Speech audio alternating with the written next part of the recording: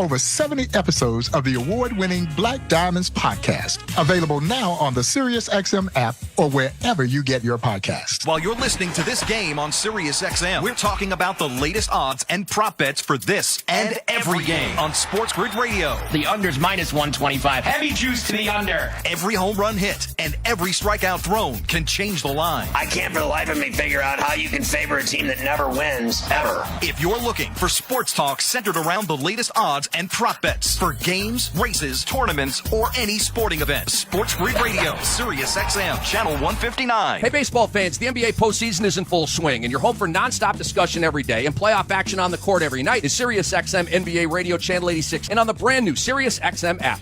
All to right field, way back, way gone! Is Toronto Blue Jays baseball. Low rounding and heading for second, the throw! In time! On the Sportsnet Radio Network. Lefty madness tonight. The Blue Jays and White Sox square off in Game 2 of this series in Toronto with a duel between two of the best southpaw starters in the majors. Yusei Kikuchi versus Garrett Crochet. A win for Toronto would mean the first series win in a month. Hi, everyone. Welcome to a sunny and open-roofed Rogers Center. I'm Ben Schulman alongside Chris LaRue. Show Ali is our host and producer today, and Stephen Coyle and Andrew Adams are our technical directors. Toronto Blue Jays baseball is brought to you by the local family-owned Crown Rust Control Centers in Antigonish and New Glasgow, Nova Scotia.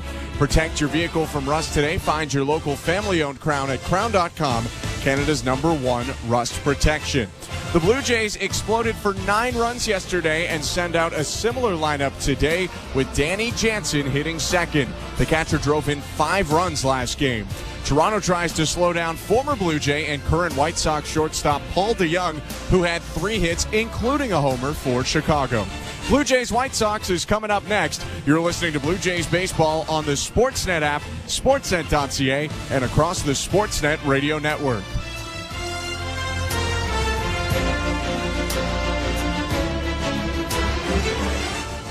Bring excitement to your landscape with Proven Winners Color Choice shrubs. These flowering shrubs and evergreens have been trialed and tested by experts to make sure they look better and bloom better. So they're just as easy to care for as what's in your landscape now, but a whole lot more colorful and interesting. Look for Proven Winners Color Choice shrubs in the distinctive white container at your local garden center or learn more at provenwinnerscolorchoice.com. Not tomorrow, not someday. The home improvements begin today. It's game on with Timber Mart. Build that deck, raise that fence, landscape till your property is beautiful. Don't pay for 12 months on the Timber Mart deferred payment program. Your locally owned, completely Canadian hub of building and renovation expertise. Get your Timber Mart credit card at participating locations and pay later. 12 months later. Conditions apply. Ask in store for details or apply at timbermart.ca. At Crown Rust Control, protection runs deep because every Crown Rust Control Center is owned by a local family who cares beyond business. Your Crown Rust Control is 100% committed to their product, to you, to their community, which is your community.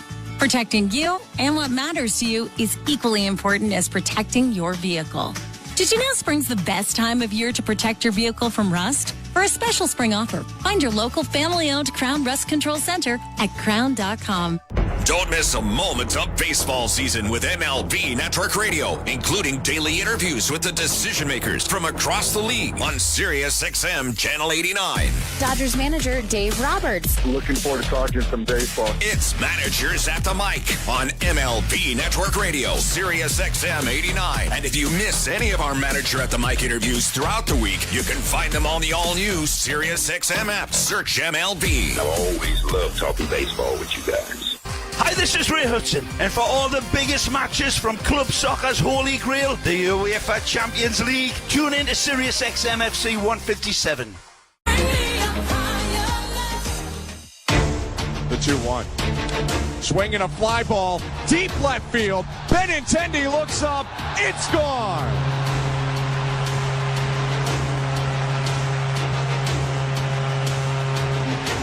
Danny Jansen's 5th home run of the season, a 2-run blast. You know, wherever I am in the lineup, I'm just trying to do my part, you know, and put some good swings up. any way I can help the team. So it was a lot of fun today.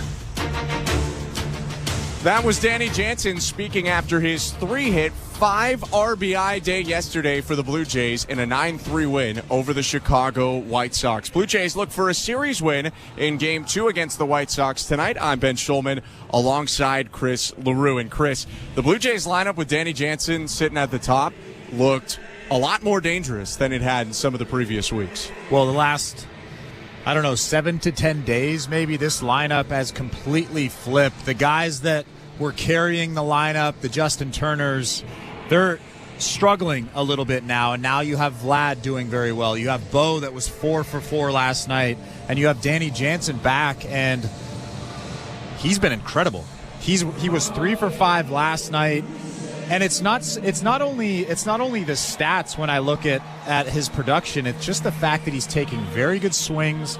His approach at the plate is second to none. I think the only approach that I would see that's better than his right now is Vlad's. Vlad's is charts right now. It's better than I've ever seen it. Hitting the ball on a line, every swing he takes. And I'm telling you, this lineup is better than a lot of people give it credit for. We're going to get to the lineups in just a sec as the Blue Jays take the field. But first, let's look at the Bet365 standings. Download the Bet365 app for today's baseball odds and find out why it's never ordinary at Bet365. 19 plus, play responsibly. Ontario only. 3 of the 5 AL East teams lost yesterday, and 2 of them matched up, so there was going to be a winner other than the Blue Jays. The Yankees lost. They're at 33-16 atop the division. Baltimore 29-16. Tampa Bay is 25-24. Boston 24-24, and Toronto 21-25. The White Sox at the bottom of Major League Baseball with a 14-34 record. Yusei Kikuchi's getting loose right now. Chris, who's going to face him in Pedro Grifol's Chicago White Sox lineup? Well, leading off for those Sox is Tommy Pham. He'll play center field. Andrew Vaughn will bat second and play first base. DHing tonight is Eloy Jimenez. He's batting third. Paul DeYoung is hitting cleanup and playing short. In right field, batting fifth, is Corey Julks. Behind the plate is Corey Lee. He'll hit sixth. Zach Remillard will play left and hit seventh. At third, batting eighth, will be Danny Mendick. And batting ninth at second base is Nicky Lopez. On the mound is lefty Garrett Crochet. We'll cover the Blue Jays lineup in the bottom of the first, but the starter is Yusei Kikuchi. Tommy Pham in the box, and the left-hander deals home. It's a first pitch fastball for strike one. Time of the first pitch today is 7:06 Eastern. Roof is open, the sky is blue, and it's 26 degrees in downtown Toronto. Next pitch fouled off. Make it 0-2 against the .314 hitter, Tommy Pham. We actually got started a minute early tonight, which you don't see very often. I'm okay with that. Yeah, why not? Kikuchi's 0-2 in the dirt, ball one.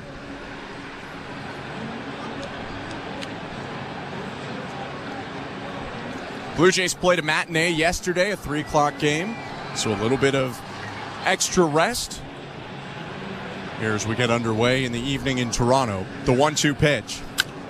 Hit foul off to the right.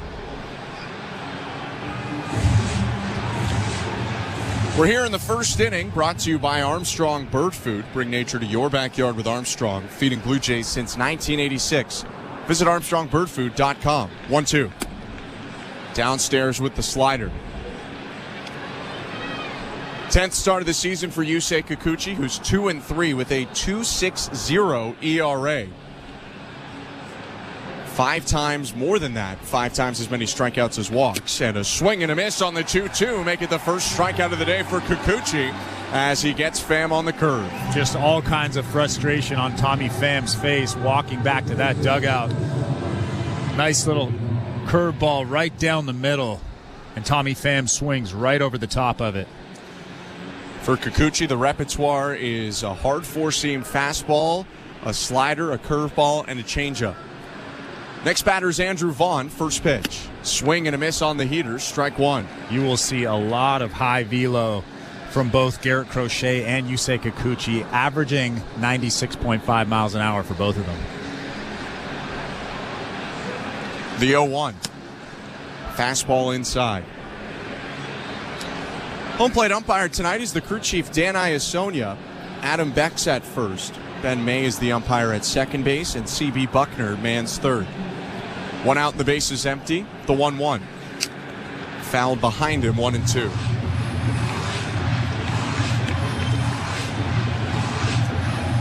Andrew Vaughn, the hitter, plays first base for the White Sox. Went 0 for 4 yesterday, and so his average is now 198. 1-2. High, 2 balls, 2 strikes.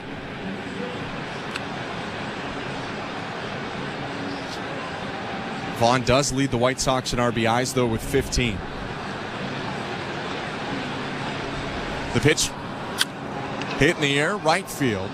Not very deep. Springer creeps to his right, now steps in, makes the catch. 2 outs.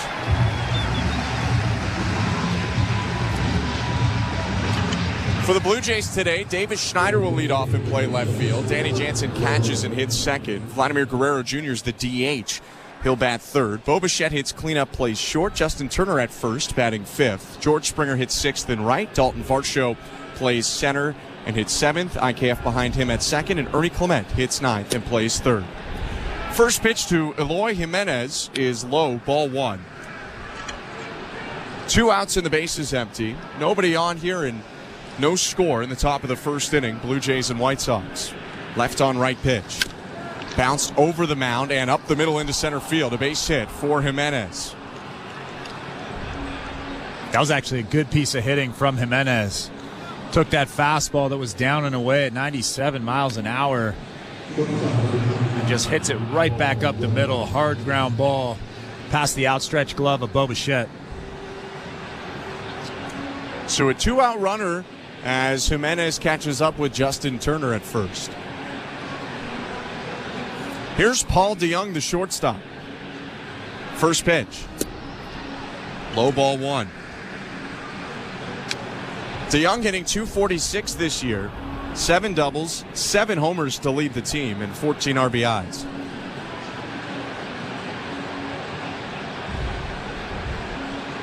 (1-0). Outside, 2-0. I accidentally have a lot of trivia prepared for you today, Chris. So Paul DeYoung comes up with 3 hits yesterday. Without looking, was that more or less hits than he had last season in 14 games with the Blue Jays? Well, I think he had 4 last year. He had exactly 3. Oh, he had 3. So he came up with the same number of hits yesterday for the White Sox that he did with the Blue Jays. It was, kind of a trade in a pinch for Toronto. But DeYoung having a much improved season in Chicago. 2-0. Inside with the curveball, and Kikuchi falls behind him. 3 balls, no strikes. And I must admit, watching him yesterday, he looked much better yesterday than at any point when he was wearing a Toronto Blue Jays uniform. 3-0. Outside ball 4. After the 2-out single, a 4-pitch walk by Kikuchi, and there are 2 on here for Corey Julks. And Yusei Kikuchi has now thrown 17 pitches, only 8 strikes. In the past, this has been a problem that's plagued Kikuchi, but for the second half of last year and all of this year, he has been pinpoint, really, with his command. He's walked just over 1.5 guys per 9 this year. First pitch to Corey Julks is called strike 1. Yeah, in his last 3 starts combined, he's only walked 2 guys. And this is a guy, 1.5 walks per 9 this year. He walked over 5 per 9 in his first season as a Blue Jay. 2 on, 2 out. A look at Jimenez at second in the pitch. Bounce to the left side, picked up on the backhand by Bichette. Long throw to first is in time to end the inning. Nice play by Bo Bichette. A hit and a walk with 2 outs, but 2 stranded and no runs for the White Sox in the top of the first. Davis Schneider leads off next. You're listening to Blue Jays Baseball, brought to you by your local family-owned Crown Rust Control Center, streaming at sportsnet.ca and the Sportsnet Radio Network. At Crown Rust Control Center, protection runs deep because every Crown Rust Control Center is owned by a local family who cares beyond business. Your Crown Rust Control Center is 100% committed to their product, to you, to their community, which is your community. Protecting you and what matters to you is equally important as protecting your vehicle. Did you know spring's the best time of year to protect your vehicle from rust? For a special spring offer, find your local family-owned Crown Rust Control Center at crown.com. If you're looking for a fun day, did you know the day before Monday? Junior J Sunday. You can paint your face, come and meet Ace and run base to base. Junior J Sunday. So many things to do. You can bring your crew and even mom and dad too. Junior J Sunday. Sundays are for Junior J's, and with all kinds of cool new games and activities in the exciting outfield district areas, there's no end to the family fun you'll have. If you're feeling the song, grab your dad or mom, visit BlueJays.com. Junior J Sunday. At Bet365, we don't do ordinary. That's why we introduced in-game betting. Because when the game starts, the action doesn't stop. With in-game betting, you can wager on game props, player props, totals, and the money line. And remember, in-game, you can track your same-day parlay with the option to cash out. Check out in-game betting and find out why. It's never ordinary at Bet365. Must be 19 years or older. Ontario only. Please play responsibly. If you or someone you know has concerns about gambling, visit connexontario.ca. This is Toronto Blue Jays baseball. Double's gone. Two-run shot, Kevin Kiermaier. On Sportsnet 590 The Fan and the Sportsnet Radio Network. Welcome to the Timber Mart broadcast booth. I'm Ben Schulman alongside Chris LaRue. Bottom of the first inning at Rogers Center. No score, Blue Jays and White Sox. Davis Schneider leading off. Garrett Crochet, the lefty, kicks his leg high in the air and delivers a first pitch high. 1-0. For the Southpaw Crochet, it's his 11th start of the year, a 4.18 ERA and a 4-4 record. 1-0. Swing and a miss. And you are not going to find on average a harder fastball from a left-handed starter than what Garrett Crochet provides. His 1-1. Swing and a miss on another heater at 97, and it's 1-2. And it's actually a little bit slower now than it was when he first came out of the University of Tennessee. I remember seeing 98 to 100 routinely. Swing and a miss on another fastball. That was 98. Strike 3. Schneider goes down on 4 pitches. Well, for Crochet, when he came out of Tennessee, he went into the White Sox bullpen, and he was a guy who could touch triple digits out of that pen. Now, as the start of the fastball velocity has gone down a little bit, but still one of the premier hard-throwing lefties in baseball in his first year as a starter. Pitch to Danny Jansen, outside, ball 1. I circled this matchup coming in.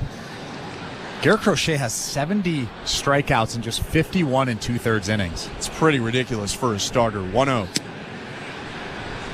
Called a strike. Delayed call by Iasonia. 1-1. 6'6" left-hander gets way down the mound. His next pitch, inside, 2-1. And he's just thrown fastballs pretty much so far.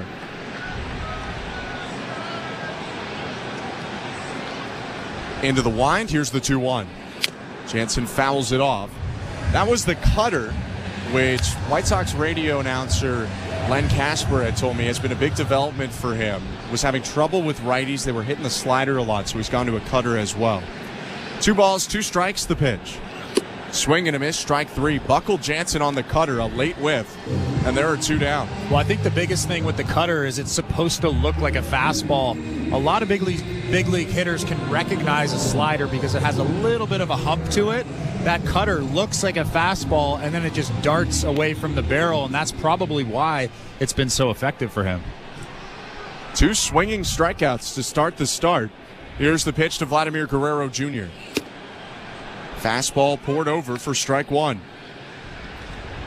No score, bottom of the first. Base is empty, and Guerrero, the 286 hitter, awaits the 0-1. Called strike 2, a cutter right on the outside edge. Crochet is dealing right now in the first inning. A strike away from striking out the side. The pitch, high, ball 1.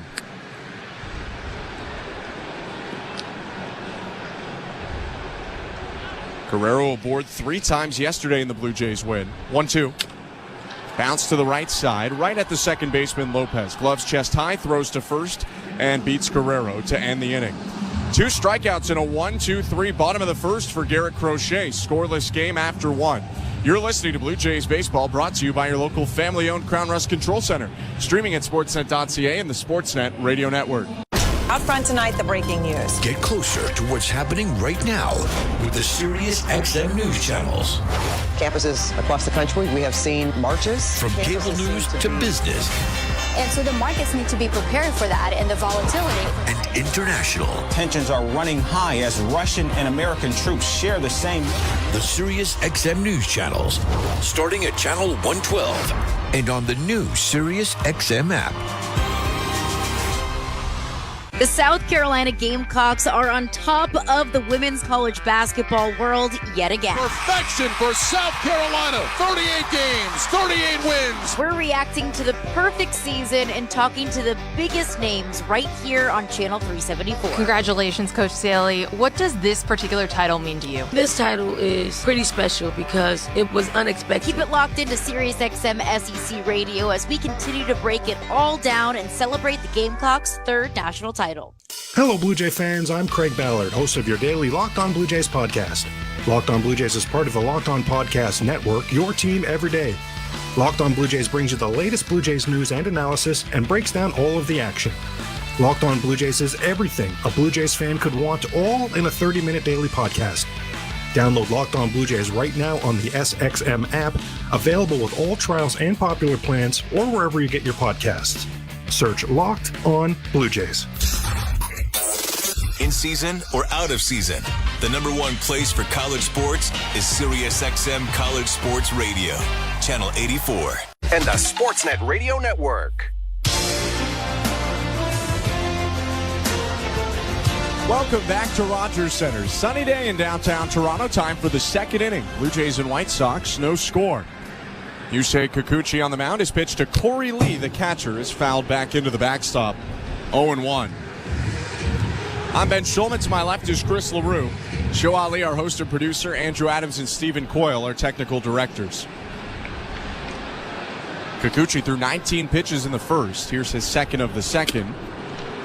And it's in there. He's ahead 0-2.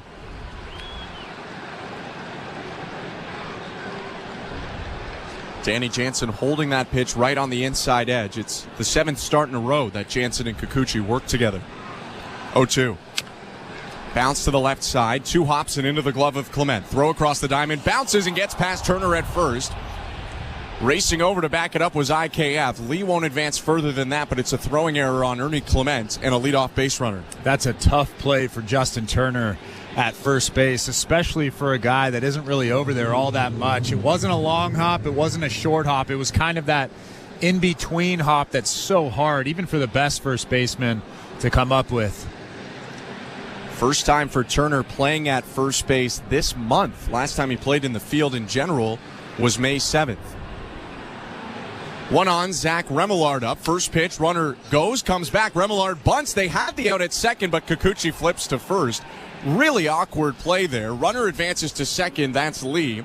Remillard with a successful sacrifice. But Lee started stealing, stopped, then Remillard bunted, and the Blue Jays might have had a chance to get the lead runner. I think it would have been a difficult throw for Kikuchi, kind of to spin around and find second base and make a perfect throw. Safer to go to first base, get the out, and then trust your stuff, because if I'm Yusei Kikuchi, I definitely trust my stuff. Fair point. Here's Danny Mendick with 1 out and a runner on second. Left on right pitch. In there, strike 1. Mendick playing in his 15th game this season for the White Sox, batting .208. Homered once this year, 3 RBIs. Kikuchi comes set, peeks at second, one more look, kicks, delivers home. Fouled back into the netting. This second inning is presented by Bet365. At Bet365, you can watch thousands of live games, build your own bet, and can even make a bet while the game's still being played. 19 plus, play responsibly. Ontario only. No score, Blue Jays and White Sox. 1 out and a runner in scoring position. The 0-2. Mendick swings and misses. Strike 3. That was the changeup from Yusei Kikuchi.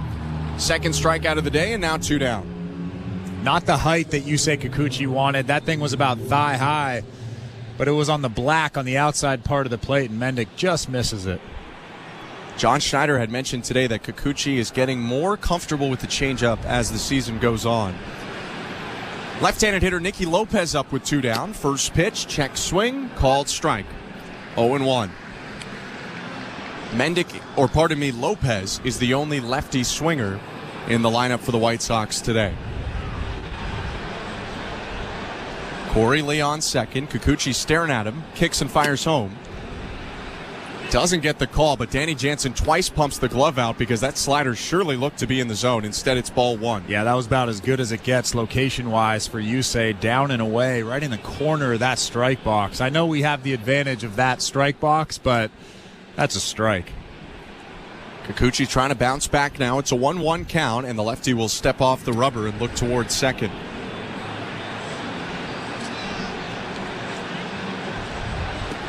Lopez steps back in the box. A .213 hitter. Came up with 3 hits yesterday. Next pitch is a heater right over the middle. Strike 2. Nicky Lopez went into yesterday hitting .195, and today he's a .231 hitter because of 3 singles. Kikuchi ahead of him, though. 1 ball and 2 strikes. Runner on second, 2 outs, no score. And the pitch. Line to left field. That's trouble. That's sinking and down for a base hit. They give Lee the wave. Throw from Schneider. Bounces in. And it's safe. Safe at the plate. A hook slide by Corey Lee to the left of Danny Jansen. And the White Sox take a 1-0 lead. And I was just thinking in my head as Yusei Kikuchi was throwing that pitch that Nicky Lopez is a very good slap hitter. You can't throw anything in the zone. He'll find a way to get that barrel to the baseball, and right there he hits that pitch that's down and away and slaps it to left field, scoring the first run for the White Sox. But in that situation, you have to throw something out of the zone. You can't let a guy like Nicky Lopez get the bat on the ball. First pitch to Tommy Pham is hooked to left field. Schneider on the run, reaches out, makes a shoestring catch, and ends the inning. The White Sox, though, jump in front. Nicky Lopez's RBI single after an error that allowed Corey Lee to reach makes it 1-0 Chicago, middle of 2. You're listening to Blue Jays Baseball, brought to you by your local family-owned Crown Rust Control Center, streaming at sportsnet.ca and the Sportsnet Radio Network. We're 2 men and a truck. So, you're moving to a new home, and all that's left to do is to call a mover you know you can trust. Well, naturally, you think 2 men and a truck, since you know they have lots of men and lots of trucks. They'll wrap, pack, and move everything you own. With a 96% referral rating and the professionalism you can trust, the choice is simple. For a free in-home estimate, call today. We're 2 men and a truck. 2 men and a truck, the movers who care. At Crown Rust Control, protection runs deep because every Crown Rust Control Center is owned by a local family who cares beyond business. Your Crown Rust Control is 100% committed to their product, to you, to their community, which is your community. Protecting you and what matters to you is equally important as protecting your vehicle. Did you know spring's the best time of year to protect your vehicle from rust? For a special spring offer, find your local family-owned Crown Rust Control Center at crown.com. Not tomorrow, not someday. The home improvements begin today. It's game on with Timber Mart. Build that deck, raise that fence, landscape till your property is beautiful. Don't pay for 12 months on the Timber Mart Deferred Payment Program. Your locally owned, completely Canadian hub of building and renovation expertise. Get your Timber Mart credit card at participating locations and pay later. 12 months later. Conditions apply. Ask in store for details or apply at timbermart.ca. This is Toronto Blue Jays baseball. In time! What a play, Bo Bichette! On Sportsnet 590 The Fan and the Sportsnet Radio Network. Tomorrow night, someone will take home over $350,000, and it could be you. To make things even more exciting, Hazel May will be calling to congratulate the winner. Get tickets before midnight tonight at bluejays.com/5050 anywhere in Ontario or Nova Scotia. 1-0 White Sox, bottom of the second. First pitch to Bo Bichette is hit well to center field. Pham backing up, makes the catch on the liner, and there's 1 down. I'm Ben Schulman alongside Chris LaRue. The White Sox capitalizing on an error last inning, knocking a run with 2 outs. And they have a 1-0 lead, middle of the second, just like they did yesterday. Blue Jays did respond in the bottom of the second yesterday with a Dalton Varsho 2-run homer. Here's Justin Turner up with one out and the bases empty. Pitch from Garrett Crochet is a fastball whizzed in at 96, 0-1.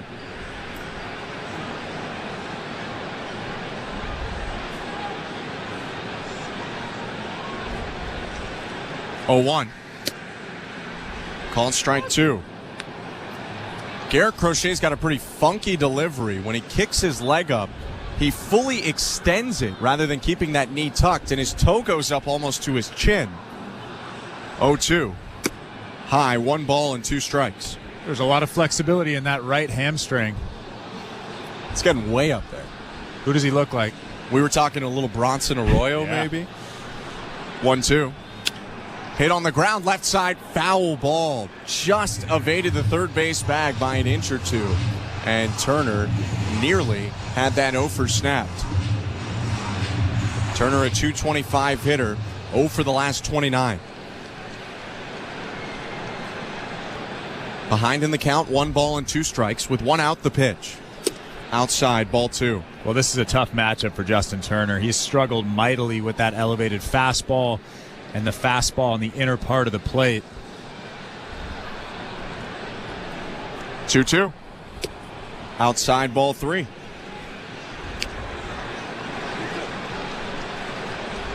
Try to get Turner to chase the changeup. Another pitch Crochet has developed to get people off the slider. 3-2 offering, and Turner fights it off foul. 99 right down the middle. Justin Turner just fouling it back. George Springer waiting on deck. Blue Jays don't have a base runner yet against Crochet. 3-2 again. And again fought off. Do you feel like that's a good sign for Turner? Because when we see him on, it feels like he's fouling off pitches. Those last 2 pitches were pretty good pitches, almost middle. So he should be hitting those. I know that they're almost 100 miles an hour, and that's hard in itself, but those are middle. 3-2 once more. That one in on the hands, and he fought it off. That's a good sign for me right there. That was 98 in off the plate, almost up at the hands. And he's normally either getting sawed off by that ball or he's swinging right through it, and he at least makes contact there and fouls it back. Here's the 10th pitch of the plate appearance. And Turner hits it on the ground left side. Backing up deep in the hole, DeYoung. Throw across the diamond. Beats Turner, by a half step. 2 down.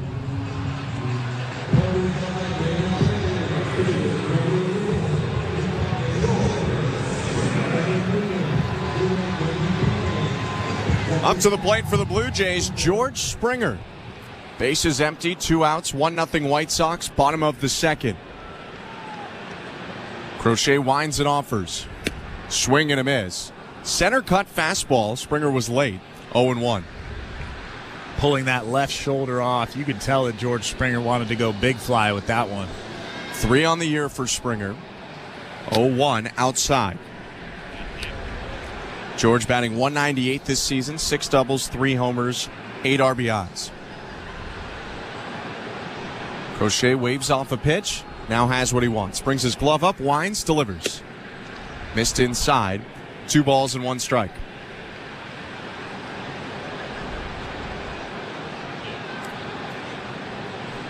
Tall lefty working from the third base side. Into the motion, and the 2-1 is swung on and missed. A high fastball, it's 2-2.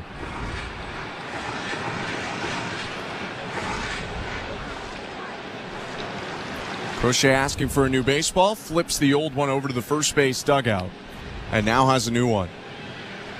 White Sox in their road black uniforms, gray pants today. Blue Jays all white. The 2-2. Fouled back into the netting. And you could hear Crochet grunting for those extra couple of miles an hour. 99 right there with the fastball. A 16-pitch inning so far for Crochet. Got through the last one in 13. Shakes off the catcher Lee. Now has what he wants. And the 2-2 again. Inside. Nearly hit Springer. 3-2.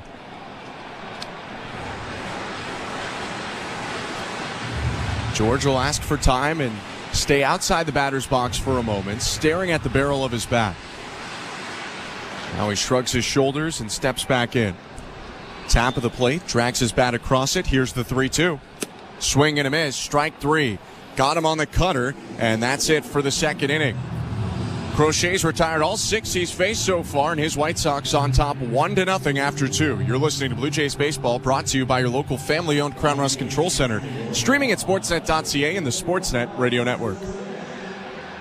When Blue Jays left-hander Yusei Kikuchi strikes a batter out, fans get to witness the Kikuchi K-Strut. What is the K-Strut? It's an arms-flailing, feet-kicking, fist-pumping, head-spinning, energy-recoiling, absolutely electric strikeout celebration that, well, you just gotta see it. He's something else, man. Swing and a miss. On Wednesday, May 22nd, strut down to the ballpark. The first 15,000 fans get a Yusei Kikuchi bobblehead. What do you say? Find your seats at BlueJays.com. Hi, I'm Buck Martinez, live from the showdown between pizza and inflation. First to the plate, with over 2 million sold, it's Fixed Rate Pizza, a hot and fresh extra-large 4-topping pizza for a fixed price of $17.99 until the end of 2024. Here's the delivery. And inflation strikes out. That's a swing and a drive for Fixed Rate Pizza. Lock in yours today. Order pizza.ca. At Bet365, we don't do ordinary. That's why we introduced in-game betting. Because when the game starts, the action doesn't stop. With in-game betting, you can wager on game props, player props, totals, and the money line. And remember, in-game, you can track your same-day parlay with the option to cash out. Check out in-game betting and find out why. It's never ordinary at Bet365. Must be 19 years or older. Ontario only. Please play responsibly. If you or someone you know has concerns about gambling, visit connexontario.ca.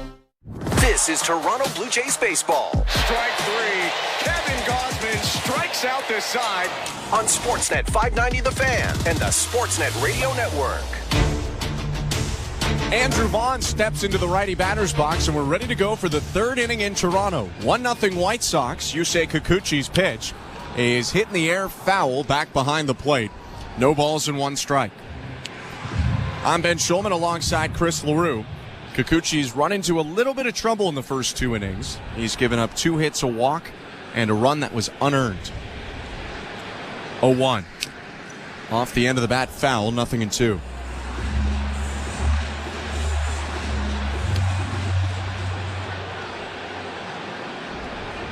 Second time that Andrew Vaughn is facing Kikuchi. Flying out to right in the first. 0-2. Fouled off to the right. Andrew Vaughn, the 3rd overall pick by the White Sox in 2019. Pretty loaded draft. 1st overall pick, Adley Rutschman. 2nd overall pick, Bobby Witt Jr. 0-2 in the dirt. Ball 1. Who was the 4th overall pick? It's a good question that I will answer for you in 1 second. I figured you'd know that. I believe, so you can see proof that I don't have it up. I believe it was J.J. Bleday. I'll check in a moment. 1-2. Hit well to right field. Springer backs up now, stops. It's right at him. He'll make the catch. 1 out. Teams always judge their draft based on who they could have had behind you. So J.J. Bleday did go 4th. Riley Green 5th. C.J. Abrams 6th. If you go to 8th, it's Josh Young, who just won the World Series with the Rangers. Alek Manoah went 11th. It's a pretty good first round. 1 out, and Eloy Jimenez is up. The pitch. High and outside, ball 1. The 3rd inning is brought to you by the local family-owned Crown Rust Control Centers in Antigonish and New Glasgow, Nova Scotia. Protect your vehicle from rust today. Find your local family-owned Crown at crown.com, Canada's #1 rust protection. 1-0. Hooked on the ground, left side, picked up by Clement on the run. Turns his body, throws to first, and delivers in time. 2 outs.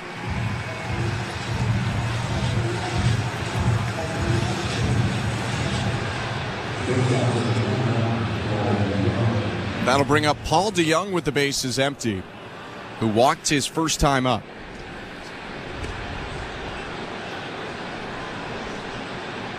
Another left-on-right matchup. Kikuchi kicks, fires. Fouled over the screen, 0-1. Walks are not all that common for DeYoung, who walked on 4 pitches in the first. It was just his 6th walk of the year compared to 49 strikeouts so far. 0-1. Swing and a miss. Strike 2.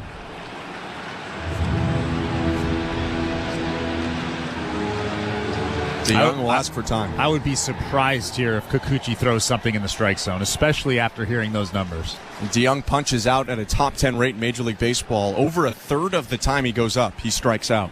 0-2. Inside with a fastball, 1 ball and 2 strikes.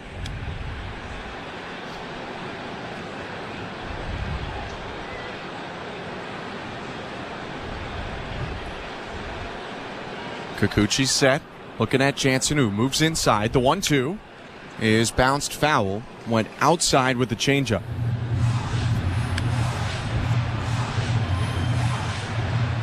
Mentioned last inning that Schneider said Kikuchi's more comfortable with the change. He threw 9 each of his last 2 starts, which were his most since his first start of the year when he threw 12.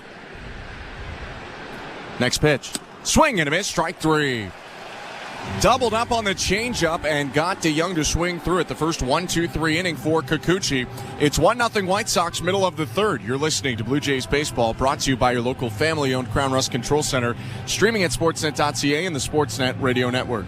Tonight, it's Game 1 of the Eastern Conference Finals. Halliburton, the step back 3 is perfect. At 8 Eastern, can Tyrese Halliburton and the Pacers steal a win on the road in Boston? You know, we still got another series, possibly 2 to go, but it starts with Boston. I think we're all excited for that challenge. Or will Jason Tatum and the Celtics defend home court? Tatum steps to his left, quick 3, got it! It's the Eastern Conference Finals. Pacers and Celtics, 8 Eastern on NBA Radio Channel 86 and the all-new Sirius XM app.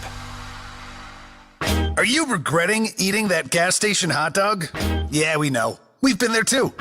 This is a message for baseball fans like you. Did you know that you get a channel that's talking baseball 24/7 as part of your Sirius XM subscription? What? Our lineup includes shows hosted by former big leaguers and executives. Plus, you'll hear from 17 managers each week. MLB Network Radio is on Sirius XM Channel 89. Or just search MLB Network Radio on the SXM app. Sirius XM Sports. We're more than just a game.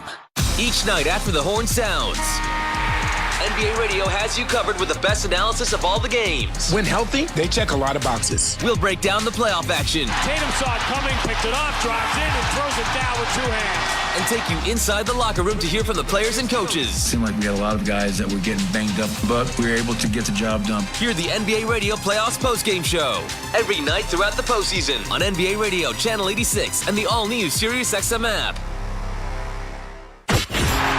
The Blue Jays are in flight, leading 3-0. Blue Jays fans, this is Ross Atkins, and you're listening to Blue Jays Baseball on Sirius XM. Garrett Crochet gets the ball from his third baseman, Danny Mendick, and the bottom of the third is about to start at Rogers Center. 1-0 White Sox over Blue Jays. Dalton Varsho, the hitter, and the left-on-left pitch is outside, ball 1. I'm Ben Schulman. To my left, Chris LaRue. The White Sox taking their 1-0 lead in the second. Here in the third, Crochet winds and delivers. Varsho swings and misses. Strike 1. Similar to the White Sox, the Blue Jays have only one lefty hitter in the lineup, and it's this guy, Dalton Varsho. 1-1. Bounce to the plate. 2 balls, 1 strike. Varsho on the season hitting .214, 9 doubles, 8 homers to lead the team, as well as a team leading 23 RBIs. Homered in yesterday's game in the second. The 2-1. Swing and a pop-up near third base. On the infield turf, Danny Mendick makes the catch. 1 out. At one point this season, Garrett Crochet's ERA was 6.37. You have to wonder how a guy with stuff like this has an ERA almost at 6.5, but he has definitely figured something out. Over his last 3 starts, he is 3-0, and he's only given up 1 run. 0.53 ERA in May. First pitch to Isaiah Kiner-Falefa, inside 1-0. And that was, what Len Casper and the former Blue Jay and White Sox broadcaster on the radio, Darren Jackson, were talking about with him adding to his mix. 1-0. Outside, 2-0. And there's not a there's not a ton of movement on any of his pitches. His cutter doesn't have much movement. His changeup doesn't really have much movement. For him, it's all about arm speed because the hitters that are in that box have to respect the fastball. 2-0 cutter lands in the zone, strike one. So if he has fastball arm speed on all of his pitches, the hitter really doesn't know what's coming. His 2-1. IKF slaps it foul down the right field line into the stands. Kiner Falefa batting just under 250, 2 homers. Open stance, righty hitter, 2-2. Bounced up the middle softly. At short, it's picked up by DeYoung. On the backhand side, he'll flip to first. 2 down. Welcome to the Timber Mart broadcast booth. Get air miles on your next home improvement buys at Timber Mart. And hey, make it a double play by scoring even more air miles when you purchase with your Timber Mart credit card. For details, visit Timber Mart, Canada's building center. Ernie Clement is up, the 9-hitter and third baseman for the Blue Jays today. Crochet's pitch. Swing and a drive, left field and deep. Remillard back, makes the catch on the track, and ends the inning. Strong contact from Clement, but for Garrett Crochet, 9 up, 9 down through 3 innings. It's 1-0 White Sox. You're listening to Blue Jays Baseball, brought to you by your local family-owned Crown Rust Control Center, streaming at sportsnet.ca and the Sportsnet Radio Network. Don't miss a Manchester Derby edition of the FA Cup Final on Sirius XM FC. City meets United in a rematch of last year's final, with the Citizens pushing for another League Cup double. Haaland well inside the area and fires one into the left-hand corner. While the Red Devils are determined to finally topple their noisy neighbours. Bruno Fernandes, who spots the keeper on his line. What a goal. Scores! Man City versus Man United in the FA Cup Final. Coverage begins Saturday at 10 Eastern on Sirius XM FC 157 and the Sirius XM app. Fantasy Sports Radio is helping you win your fantasy leagues. Right now on Channel 87. It's a home run for Ronald Acuna. From in-season fantasy baseball management to daily fantasy playoff basketball to reacting to the NFL draft, Fantasy Sports Radio is here to help you dominate. Don't ever take a player that you don't intend to keep all year. Don't do it. It's terrible management. Fantasy Sports Radio, your home for fantasy sports. Channel 87 and on the all-new Sirius XM app. There is no competition in soccer quite like the UEFA Champions League. And it's on Sirius XM FC. Kylian Mbappe delivering when it matters most. The stakes are higher now in the knockout stage, where one goal can transform a club's trajectory. Jude Bellingham's driving, scores! And one performance can turn a star into an immortal. Harry Kane finishes off the game. It's the Champions League knockout stage, and all the top matches are on Sirius XM FC 157 and the all-new Sirius XM app. Hey, baseball fans, the NBA postseason is in full swing, and your home for nonstop discussion every day and playoff action on the court every night is Sirius XM NBA Radio Channel 86 and on the brand new Sirius XM app. Sportsnet Radio Network.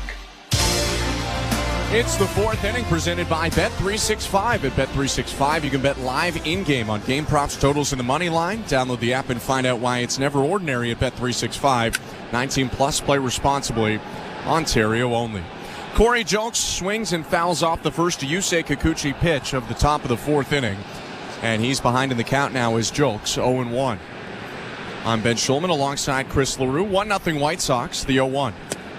Low, 1 ball, 1 strike.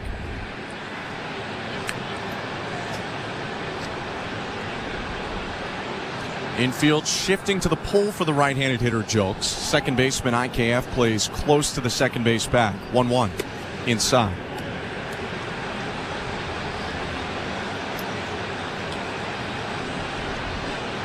Just Julks' fourth game of the season, 3 for 8 as a member of the White Sox with a double and a homer. 2-1. Swing and a miss, and it's 2-2. So much confidence in that pitch. He can throw that in any count. He throws it there behind in the count, 2-1. Just drops it right down the middle, and Julks way out in front of it. 3 strikeouts already. The 2-2 is high and outside. Now a full count.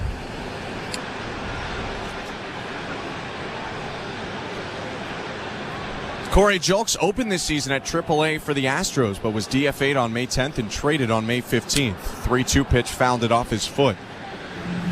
Infielder Luis Rodriguez went the other way. Julks played a couple games at AAA and then was called up on May 17th. And that double, that homer, came in his first series, last series for the White Sox when they were in the Bronx facing the Yankees. Speaking of, we'll look at the out-of-town scoreboard after Julks hits. He's leading off the top of the fourth. 1-0 Chicago, the 3-2. Outside ball 4, a leadoff walk. The out-of-town scoreboard is brought to you by St. Louis Bar and Grill. Devilishly good since Toronto first raised the trophy in '92. Join them for wings, ribs, beer, cocktails, and catch every plate at your local St. Louis Bar and Grill. Download the app or visit stlouiswings.com for more details. Always devilishly good. 1-0 in Toronto. White Sox over Blue Jays. A leadoff walk brings up Corey Lee with nobody out. Big lead for Julks. A step and throw over to first by Kikuchi.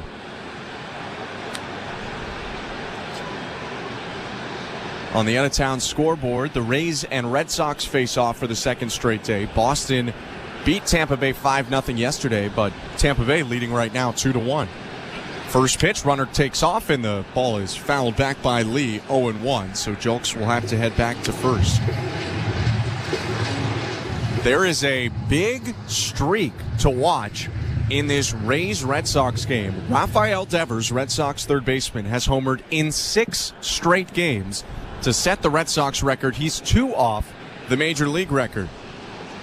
Julks leading off first for the White Sox. Kikuchi peeks at him twice, delivers home. Missed in the dirt. 1 ball, 1 strike. I have more trivia for you. The record's 8. There are 3 guys who have done it. For the Red Sox? No, in general. Oh, just in general. Red Sox record is 6, which he has. First, a set from Kikuchi. A lot of looks at Julks in the pitch. Lifted to center field. Drifting to right center, not super deep. Varsho moves over, shuffles to his left, makes the catch, 1 out. So one of them is Dale Long. I'm not going to get you to guess that because that's a tough one. Don't search it up right now. You are searching it up right now. Well, no, the only thing that popped up was Dale Long. Okay.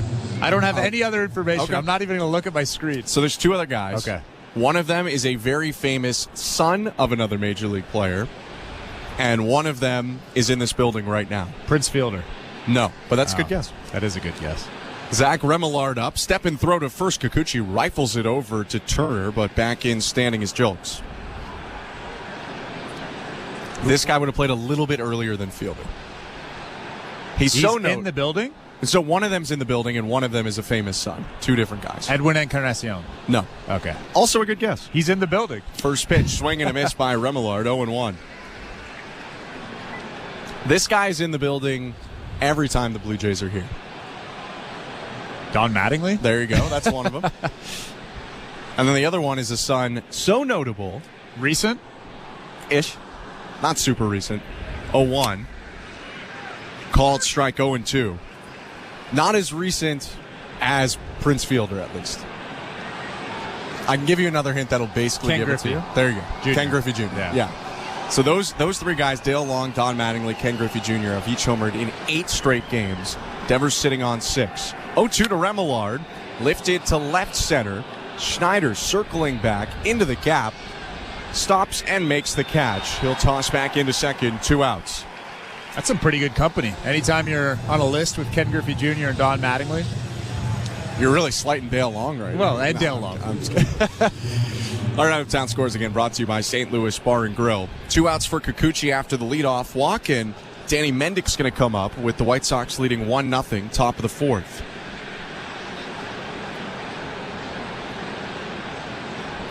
Mendick, a strikeout victim in the second. First pitch, runner takes off. It's outside a ball, and Jansen couldn't get a grip on it there to make the throw, so it's a stolen base for Corey Julks.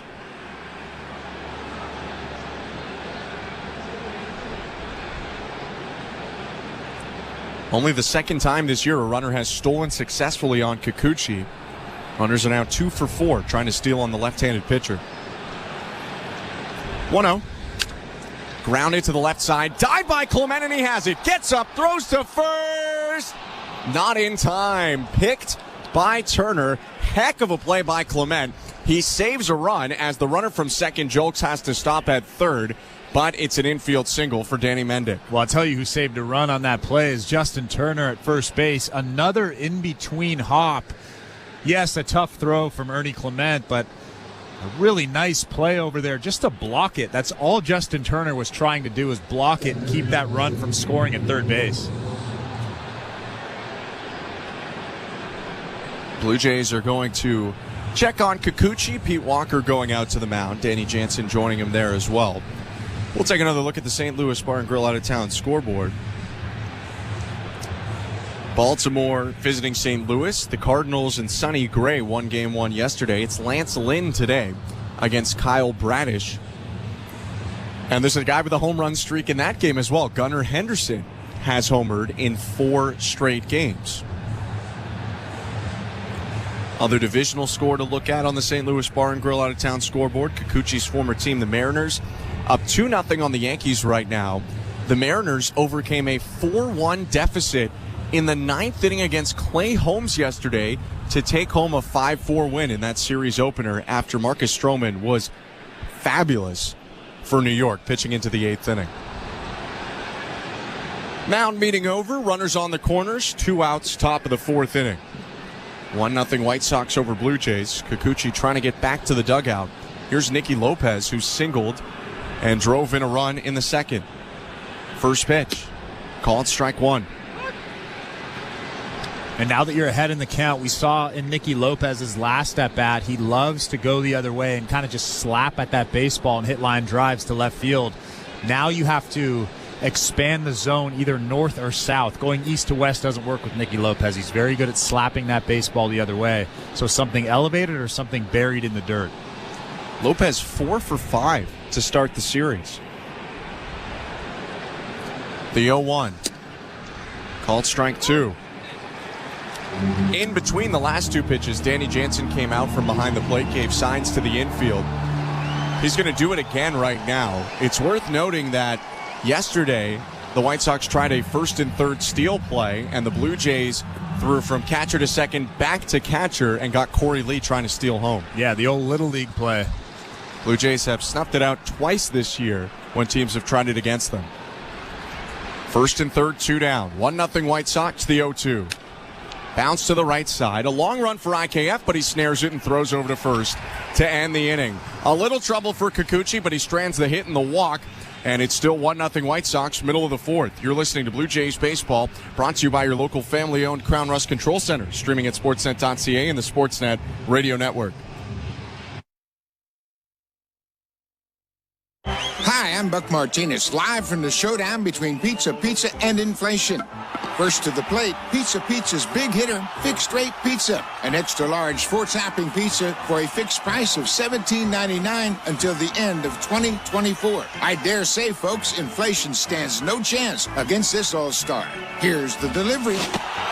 And inflation strikes out. That's a swing and a drive for Fixed Rate Pizza. Lock in yours today. Order pizza.ca. We're 2 men in a truck, the movers who care. You never know when cardiac arrest can happen. That's why each and every one of our trucks carries a life-saving Mikey defibrillator as part of our Mikey on Board program. Whether we're on the highway or in front of your house, we're prepared to help anyone whose heart may skip a beat. The Mikey Network has saved many lives, making Mikey's accessible to the public. And now they're on board our trucks.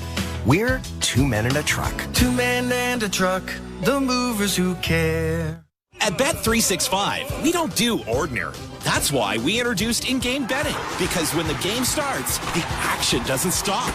With in-game betting, you can wager on game props, player props, totals, and the money line. And remember, in-game, you can track your same-day parlay with the option to cash out. Check out in-game betting and find out why. It's never ordinary at Bet365. Must be 19 years or older. Ontario only. Please play responsibly. If you or someone you know has concerns about gambling, visit connexontario.ca.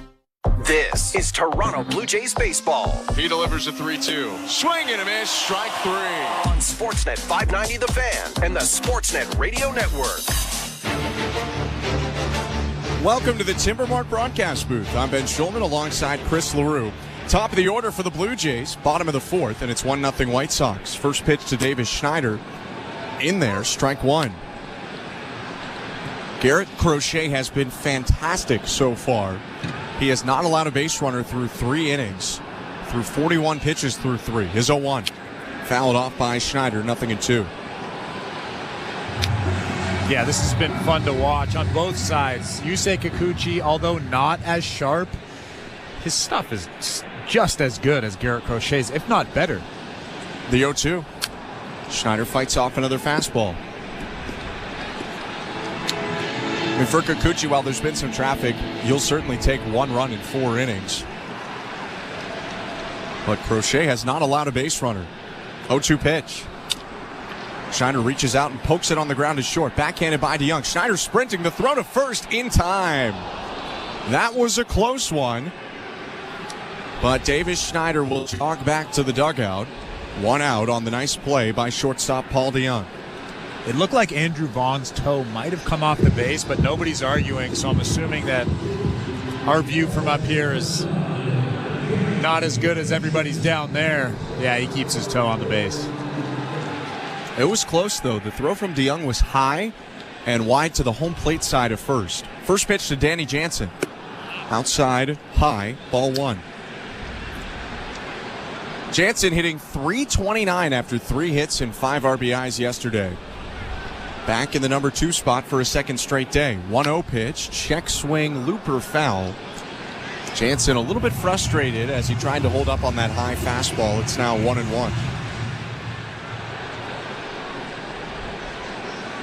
Catcher also has 9 doubles and 5 homers this year. The pitch. Inside, ball 2.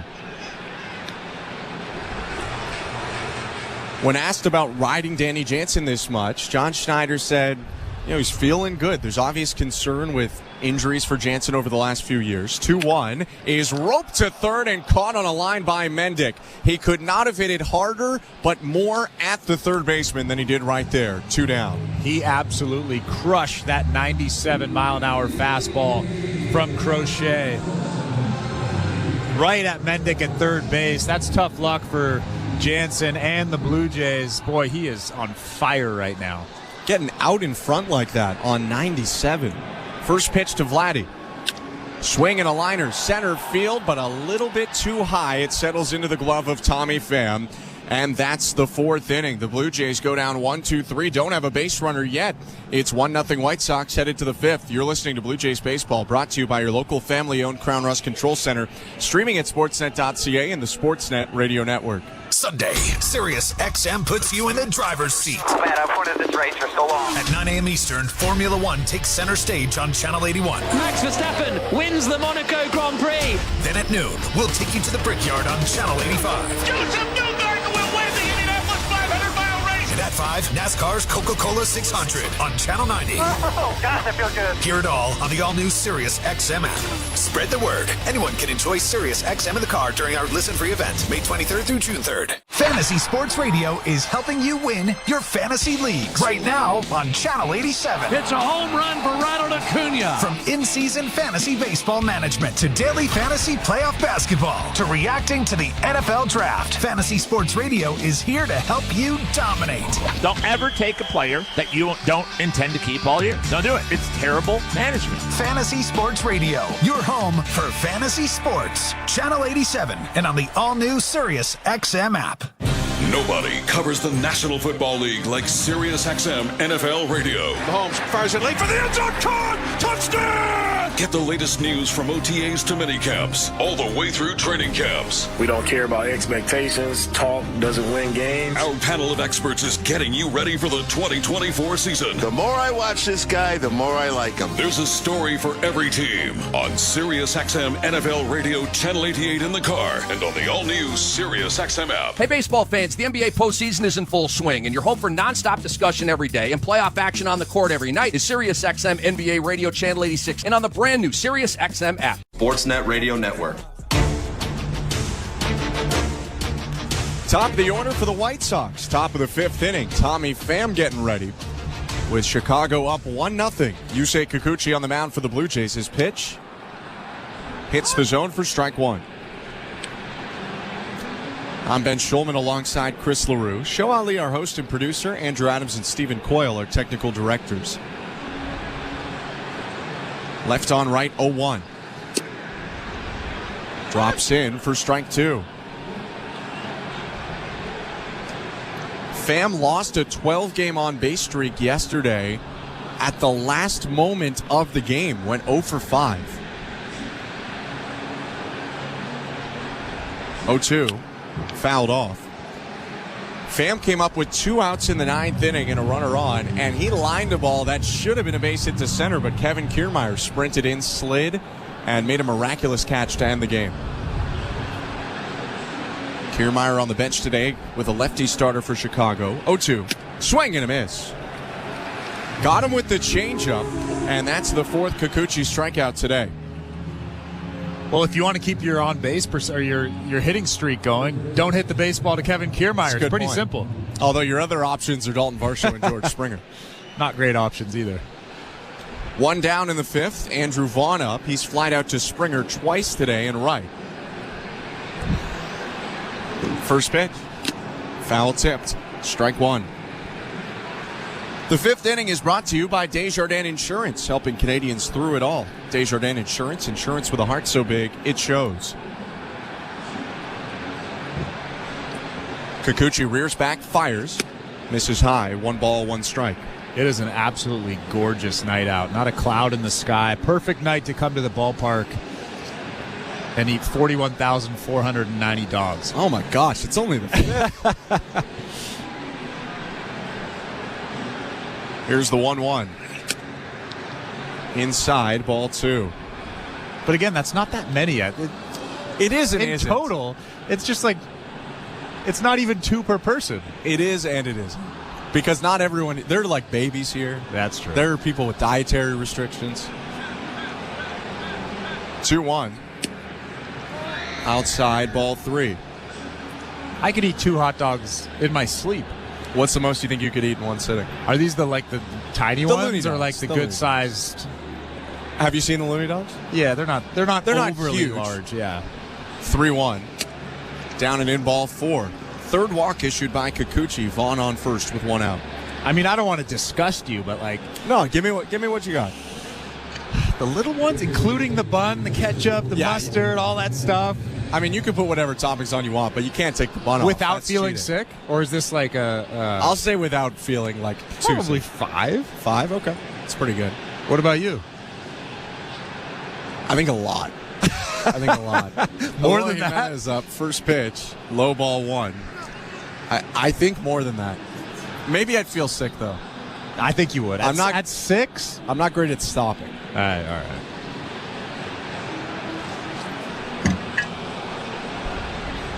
Jimenez 1 for 2 today. A single to center and a ground out to 3rd. Runner on first, 1 down the pitch.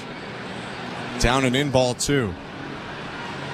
2 balls and no strikes after a 5-pitch walk to Vaughn. 6 dogs. Have you ever seen or tried the boomstick in Texas? No. That's pretty good. I'm sure it is. 2-0. High and outside, ball 3.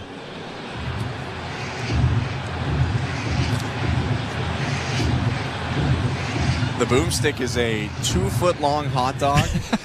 It's pretty big in terms of width as well. Have you eaten it? I've taken it down. Oh, my gosh. I have. 3-0. Called strike 1. I love how honest you are, though. It was great. It was like a really good hot dog. You'd think they cooked something that big and you lose some quality, but, I mean, barbecue in that part of the country is always going to be good. Runner on first, 1 out. Kikuchi looks, now throws home. Called strike 2. Jimenez had started the walk. He pauses in front of the plate and now asks some questions to Dan Iasonia, who steps towards him. That pitch looked like it was a strike, though. It hit the outside of the strike box.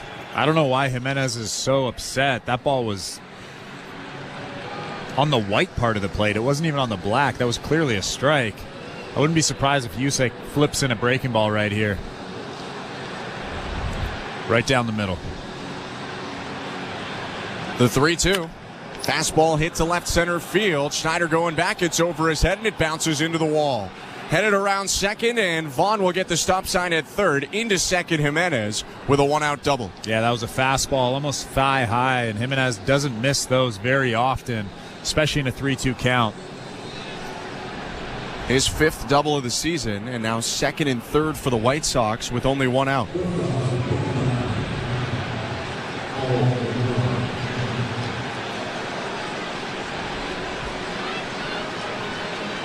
Jimenez standing with his helmet off on second base right now. Infield in for the Blue Jays. 1 out, second and third, and the former Blue Jay Paul DeJong is up. A walk and a strikeout today. Kikuchi nods in agreement with Jansen and comes set. The pitch.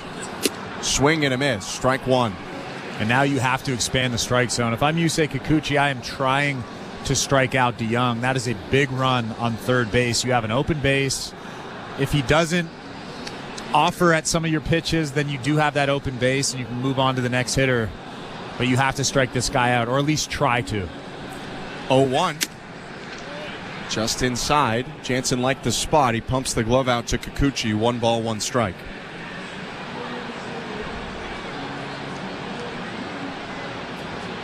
A walk and a double allowed by Kikuchi this inning. 1 run given up by Yusei so far, although it was an unearned run, as Corey Lee reached on an error and then came around to score in the second. Kikuchi's going to step off. That'll give us a sec to go to the St. Louis Bar and Grill out-of-town scoreboard, where the Red Sox have tied it up in St. Petersburg. A Jaron Duran homers made it 2-2, bottom of the 6th. That score brought to you by St. Louis Bar and Grill. DeJong back in the box. Kikuchi on the rubber. 1-1. Called strike 2. Painted a fastball at the knees. He has thrown some good fastballs in this at-bat. That one right there at the bottom of the strike zone at 96. He's saving his best stuff for pitch number 80. It's dealt with a lot of traffic. Second and third right now with 1 out. The 1-2. Swing and a miss. Strike 3. Got him on the back foot slider, and there are 2 down. And that's exactly how you attack DeJong. Good fastballs and then expand down in that zone. Bury that slider, back foot. DeJong swings right over it. Infield will back up now with 2 outs. Still a threat with Jimenez on second and Vaughn on third. It's 1-0 White Sox, top of the 5th. Here's Corey Julks. Left on right pitch.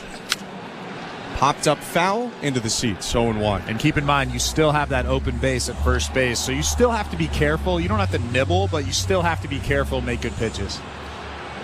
Julks can do damage. He burned the Blue Jays last year as an Astro a few times. Right-handed hitter pinwheels the bat twice and lifts it high to the sky. 0-1. Bounced. Good sliding block to the left by Jansen. 1-1. Julks with the Astros came up with 2 big games against the Blue Jays. On April 17th, he homered, doubled, and drove in 3 against Toronto. Houston won 9-2. And then in that 4-game set here in Toronto, when the Astros dominated in Game 1, it was the last start before Manoah went down for the first time. Julks hit a grand slam off Manoah in the first inning, and the Astros won that game 11-4, although the Blue Jays rallied to win the next 3 days and win the series. Second and third, 2 down. White Sox up 1-0, top of the 5th. Kikuchi leans forward, now stands tall. 1-1. In the dirt, another good block by Jansen. 2-1. And this is when you have to be careful if you're Yusei Kikuchi. Don't throw something in the heart of the plate. Pitchers have a tendency, they're behind in the count, they don't want to walk somebody. In this situation, it's okay to walk somebody. That is a massive run on third base. The southpaw rears back and delivers. Ground ball hit up the middle and into center field, a base hit. Vaughn in to score. Jimenez around third. He'll score without a throw. It's a 2-run single for Corey Julks and a 3-0 White Sox lead. And that's exactly what you didn't want to do. Kikuchi throws a fastball thigh high right down the middle, and Julks just drills it up the middle on the ground. Scores 2 runs. Now it's 3-0 Sox, and with the way Garrett Crochet is pitching, this is going to be a tough game to come back from for the Blue Jays. Kikuchi trying to get back to the dugout and trying to get through 5 innings here, already up to 85 pitches. Corey Lee to the plate, 2 outs, runner on first. Kikuchi steps and throws over to first. Julks was bouncing back and forth, shaking his knees and attracting the attention of Yusei Kikuchi.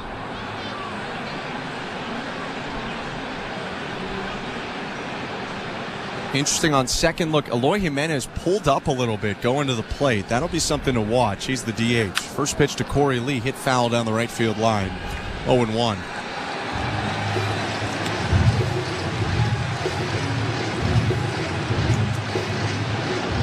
Lee, like Julks, a former Astro, first-round pick of Houston in 2019 out of Cal Berkeley, where he was teammates with Andrew Vaughn. A look at Julks at first, and the 0-1 to Lee. Check swing, peel down to first, no swing, and the pitch was high, so that's ball one. And that was pitch number 86 for Yusei Kikuchi. There's some stretching and some movement in the bullpen in left field right now.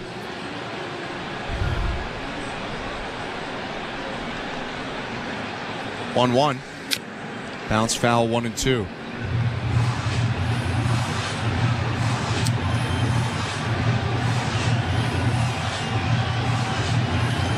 Lee's going to take a walk out of the box for a moment. Right-handed hitting catcher's 0 for 2 today, but he reached on an error in the second and came around to score the first run of the game. 3-0 White Sox, 2 outs top of the fifth. Julks leading off first. Big lead held on by Turner. Step and a throw to first, and Julks gets back standing.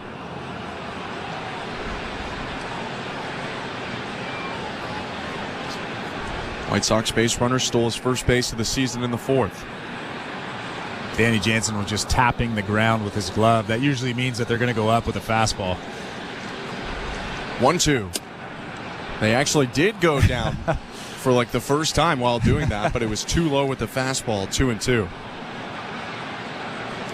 Pete Walker makes a walk to the bullpen phone right now. Kikuchi about to throw his 90th pitch of the day with 2 outs in the fifth. 3 runs in, 2 of them earned. 2-2. Bounced up the middle softly, charging in Bichette. Throws over to first and ends the inning. White Sox extend their lead with 2 hits. The Corey Julks 2-run single makes it 3-0 Chicago, middle of the fifth. You're listening to Blue Jays Baseball, brought to you by your local family-owned Crown Rust Control Center. Streaming at sportsnet.ca and the Sportsnet Radio Network. Don't miss a moment of baseball season with MLB Network Radio, including daily interviews with the decision makers from across the league on Sirius XM Channel 89. Dodgers manager Dave Roberts. Looking forward to talking some baseball. It's Managers at the Mic on MLB Network Radio, Sirius XM 89. And if you miss any of our Manager at the Mic interviews throughout the week, you can find them on the all-new Sirius XM app. Search MLB. I always love talking baseball with you guys. The NASCAR Cup Series is on Sirius XM.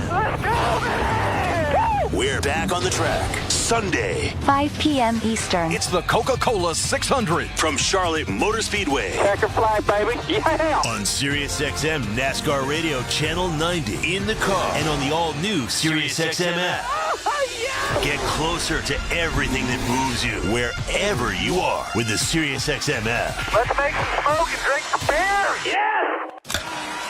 You love listening to baseball. You love talking about baseball. You love yelling at your buddies about baseball because they love baseball, and so do we. That's why SiriusXM has the only channel on the radio dedicated to baseball 24/7. It's MLB Network Radio, SiriusXM Channel 89. News, opinions, passionate baseball talk from former players and GMs, plus interviews with players, managers, and executives, and much, much, much more. If you can hear me right now, you've got MLB Network Radio, SiriusXM Channel 89, and on the SiriusXM app. 24/7, 365 coverage of all things NASCAR. All things NASCAR happens exclusively on Sirius XM NASCAR Radio, Channel 90. That Radio Network. Bo Bichette, Justin Turner, and George Springer to bat for the Blue Jays in the bottom of the fifth at Rogers Center. It's 3-0 White Sox. I'm Ben Schulman alongside Chris LaRue. We're here in the Timber Mart broadcast booth. 2 runs in the top of the fifth for the White Sox have put the Blue Jays in a hole here against Garrett Crochet, who hasn't allowed a base runner yet. The lefty deals to Bichette. Called strike 1. Bo did hit a hard liner to deep center his first time up. Blue Jays have had a couple hard liners, but nothing's fallen. 0-1. Swing and a bouncer to the shortstop to Young. Crow hop and throw over to first, and there's 1 out. Let's look at the injury report, brought to you by Bergmanis Private Personal Injury Lawyers. If life has thrown you a curveball and you're striking out with your insurance company, Get ahead of the count and call Pregame Pryor personal injury lawyers. You focus on getting better, and Pregame Pryor will take care of the rest. Visit bplawyers.ca. First, Justin Turner coming up to the plate. He's 0 for 1. The pitch by Crochet. Low ball 1. It was a 10-pitch battle last time these two faced. On the injury side, some big news around baseball with one of the premier starters in the game. First, the 1-0. Low ball 2. Today, Garrett Cole threw off a mound against live hitters for the first time since he went down with that nerve elbow inflammation. 2-0. Turner hits it hard but foul down the left field line. 2-1. He threw to Oswaldo Cabrera and Jahmai Jones, two current Yankees. And the reports say that he'll likely do that a couple more times before getting into rehab action. Could return to the majors in late June, maybe early July. 2-1 pitches hit in the air, left field. Remillard going back. It's off the wall. Turner around first. He'll jog into second. The monkey's off his back, and it's a 1-out double. And Justin Turner has struggled mightily with the fastball in and the fastball up, but that was neither. That was a cutter right down the middle, and Justin Turner drills it off the fence in left field, just missing a home run by about 5 feet. Must feel good for him. Breaks an 0 for 30 and ties the team lead with his 9th double. George Springer is up. Blue Jays finally have Crochet in the stretch with 1 out in the 5th. The pitch. Outside, ball 1. Crochet had retired the first 13 batters he faced. He peeks out at Turner at second. The 1-0 to Springer. Called strike. I wonder what the velo's at right now for Garrett Cole. Does it say? They didn't say, because that's like in the Yankees, contained environment, so they probably wouldn't release it unless they had to.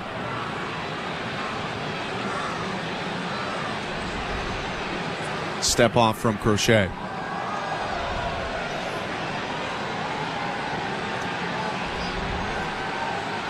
One rehab appearance for the Blue Jays to speak of as well. We'll get to that in a sec. First, the 1-1. Bounced right in front of the plate. A swinging bunt up the first baseline. Throw from the catcher Lee to first. Beats Springer. Turner will move from second to third, but there are now 2 outs. Yariel Rodriguez got the start for the Buffalo Bisons today, and it didn't exactly go to plan. Rodriguez was hurt 2 pitches in, not physically hurt. He was hurt by an error. Bad wording by me. Terrible wording. Yeah, okay. Well, let me finish. And gave up a base runner right away because of an error. Then allowed a single, a walk, gave up a sacrifice fly, and came out of the game after 16 pitches. So unsure why that was cut so short. First pitch to Dalton Varsho called strike 1.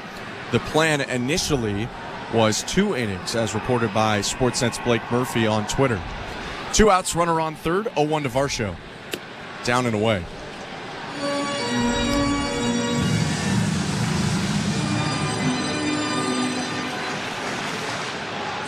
Infield back into the pull. Although the corners are watchful for a Varsho bunt. They play just behind the line. 1-1. Swing and a miss. The slider broke away from his bat and off the plate. It's 1-2. This is a tough matchup for any lefty. Not only Dalton Varsho, but it's a tough slider right there. 1-2. Fastball got him looking. Strike 3.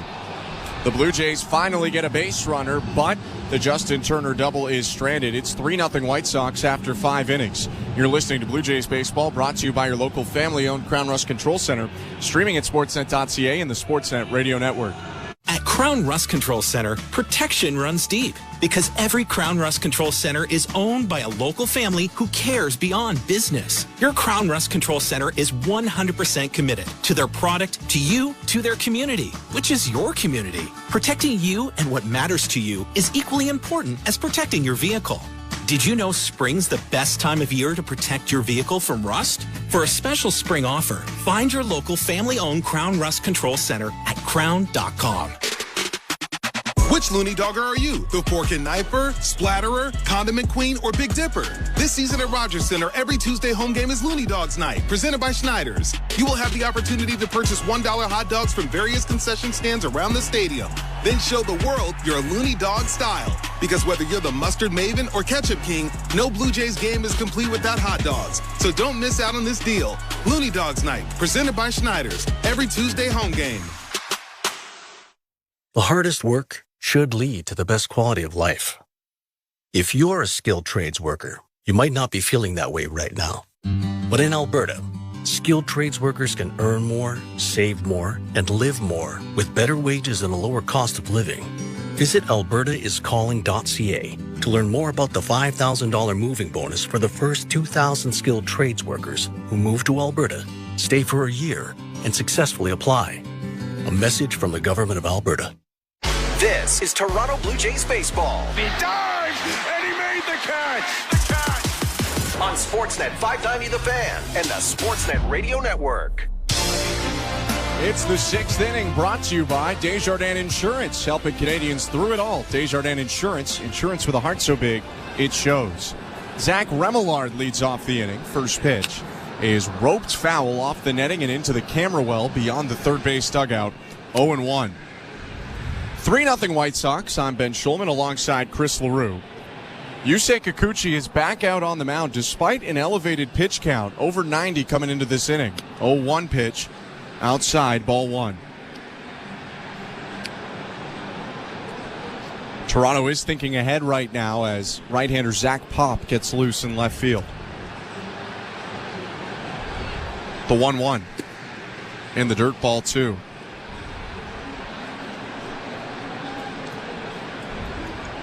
It is the bottom of the order. Maybe the Blue Jays seeing if Kikuchi can get them through one more inning.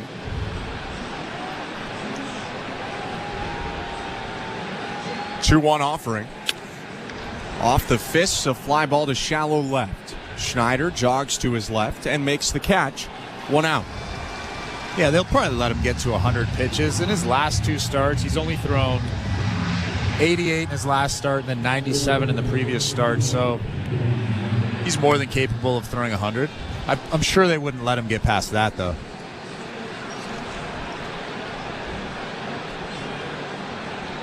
Faces Danny Mendick, the 8-hitter right now, and third baseman. Kikuchi's offering. High, ball one. Mendick, a Met last year, but a White Sox for many years before that, returned to Chicago this season.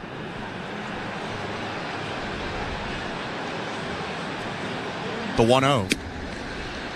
In there, strike one.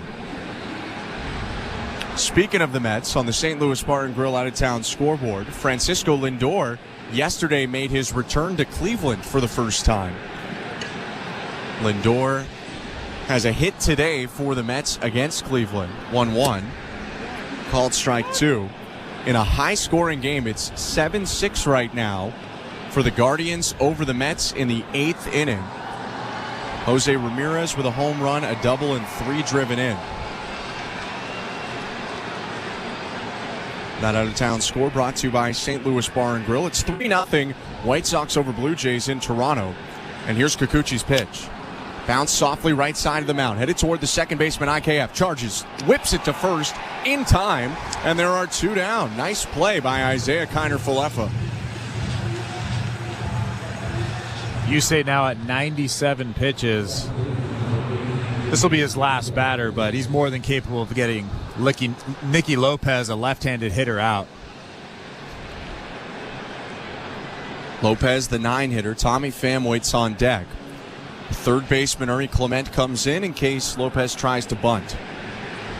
First pitch. Hit on the ground, right side, foul. We talk a lot about, especially in big situations, guys aren't bunting a lot these days. A lot of them aren't used to it. Lopez is the opposite. He leads the American League right now in sacrifice bunts with 4, and he led the American League in 2021 and 2022 in sacrifice hits as well. Double digits both years. 0-1 pitch, whiffed on, and it's 0-2. Yeah, and I brought up trying to manufacture runs and sack bunting and things like that a lot this season, and The simple fact is, if you don't practice it, it's almost impossible to do it during a game. So having a guy like Nicky Lopez on your roster is very important.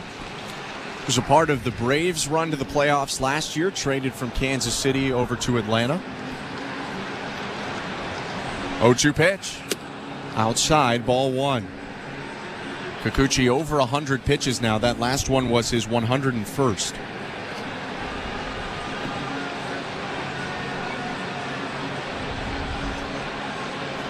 Left-hander in the set. 2 outs, nobody on. 1-2 count.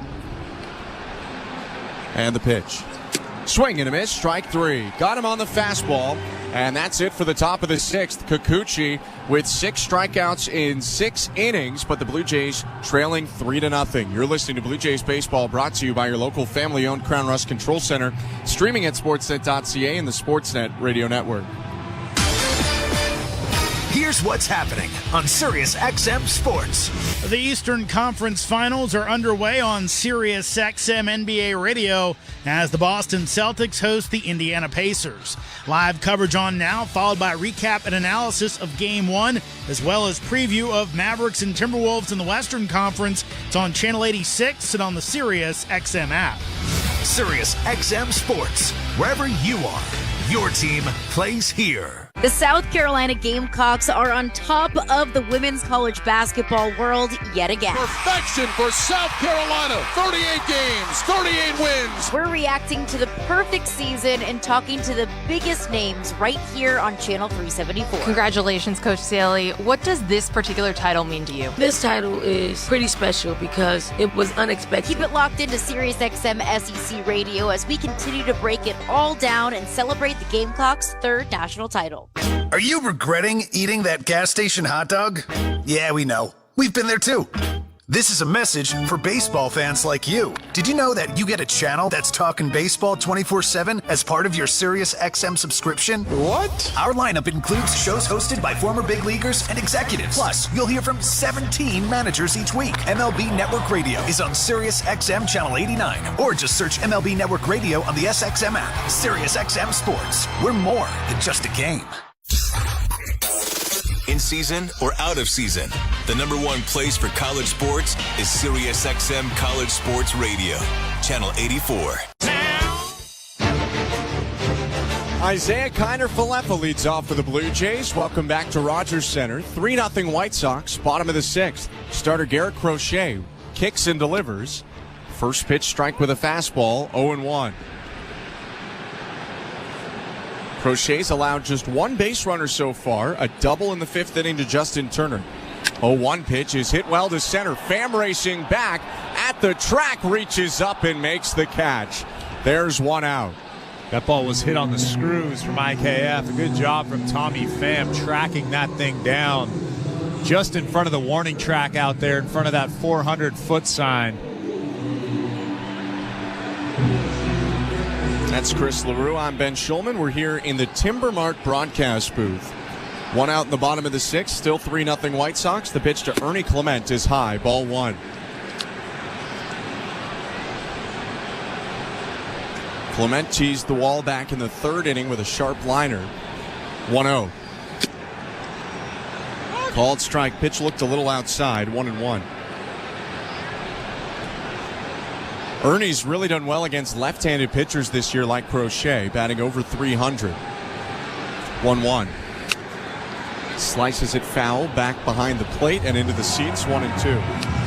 After Tommy Pham ran that ball down in center field, Garrett Crochet actually blew him a kiss. You don't see that very often. 1-2. Clement reaches out, pokes the ball right side. Long run for the second baseman, Lopez. It's past him into right field. Not a booming base hit by any means, but Ernie Clement sneaks it through the right side, and the Blue Jays will take the 1-out base runner. That's a smart piece of hitting right there. Nicky Lopez was playing almost behind second base, and Andrew Vaughn was kind of shaded towards the line. There was a huge hole on the right side of that infield, and Ernie Clement just shoots it over there. It was a cutter actually off the plate outside, but Clement leaned over the plate and sent it back the way it came to the opposite field. That'll prompt Corey Lee to go out the mound and talk to Garrett Crochet. And a good time for us to remind you that you can gear up during City Connect Week by coming early to the ballpark Wednesday, June 5th, when the Blue Jays take on the Baltimore Orioles. The first 15,000 fans will get an exclusive Blue Jays City Connect backpack giveaway. Get your tickets at bluejays.com/cityweek. Top of the order up, it's Davis Schneider with 1 out and 1 on. Crochet looking at Clement, looks home and fires home. Outside, ball 1. I have asked everybody that will listen to me if they have a picture of what the Blue Jays City Connect jerseys look like, and nobody will show me. Because some of them have it. But of course somebody has it. They won't give it up. 1-0. Outside, ball 2. I guess they just don't trust me. It's not personal. It might be. I don't think they trust me then. Clement taking his lead off first. He swiped 2 bags this year. 2-0 pitch to Schneider. Downstairs, ball 3. If Schneider can reach the Blue Jays, bring the tying run up to the plate, and Danny Jansen, their hottest hitter.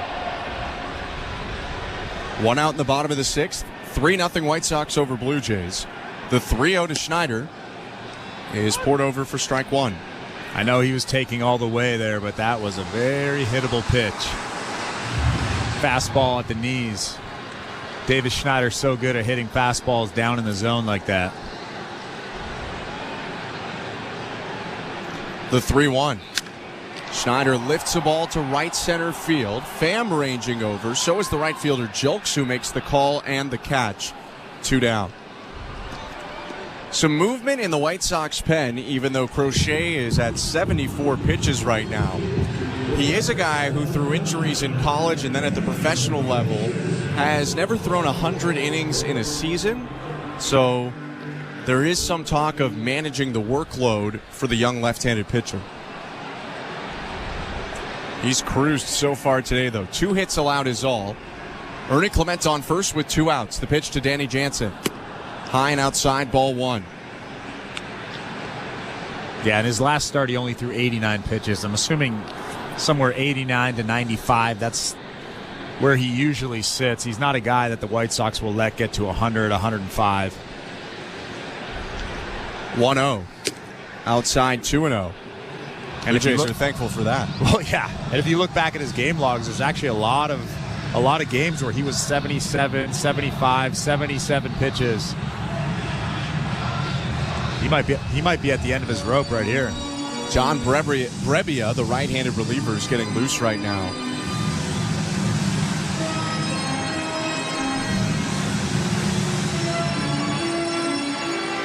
For Crochet, this is his first time as a starter since he was in college at the University of Tennessee.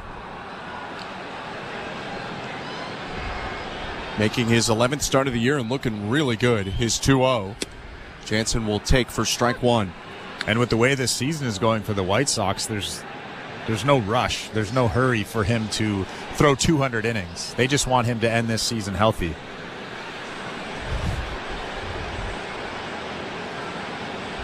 The 2-1. Outside, 3 balls and 1 strike. Crochet did have Tommy John surgery at one point in his career. It happened after a pop in his elbow late in spring training 2022. He missed all of 22 and parts of 23 as well.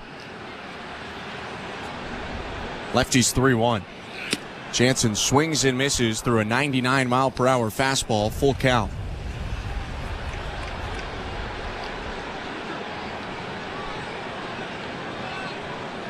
Ernie Clement will get a head start on the pitch. 3-2 and 2 outs. 3-0 White Sox, bottom of the 6th. The 6'6 lefty reaches back and throws over to first. Clement back standing.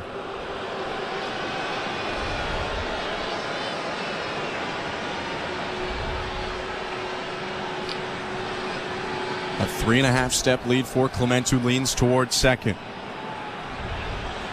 The pitch, Clement's off, and it's outside, ball 4.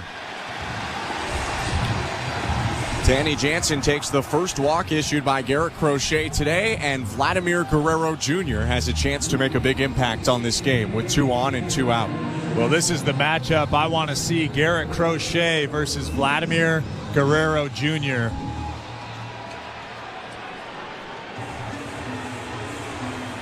And pitching coach Ethan Katz is going to go out right now, so it does look like we're going to see it. I was hoping. I saw a body exiting that dugout down there, and I was a little bit disappointed. Well, Pedro Griffal, the manager, was moving, but just to get out of the way of Katz, but it looked like for a second he was going to come out of the dugout. The righty John Brebbia has been getting loose for a while now for the White Sox.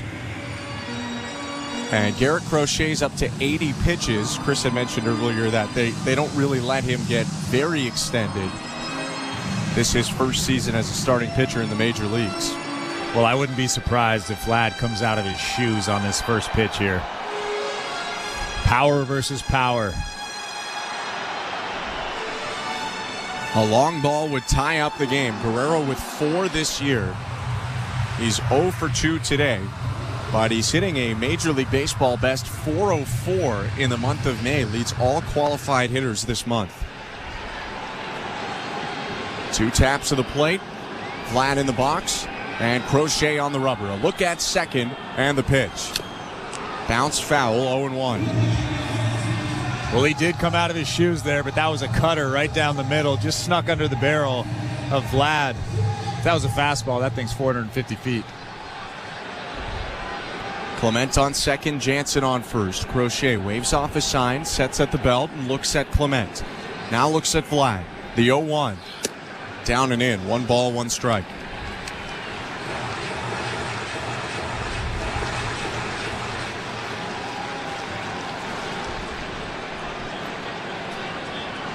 Last home run for Guerrero was in Washington on May 5th. The 1-1. Swing and a fly ball down the right field line. Foul. 1 ball and 2 strikes. They are being very careful with him. 3 off-speed pitches in a row, a couple cutters and a slider.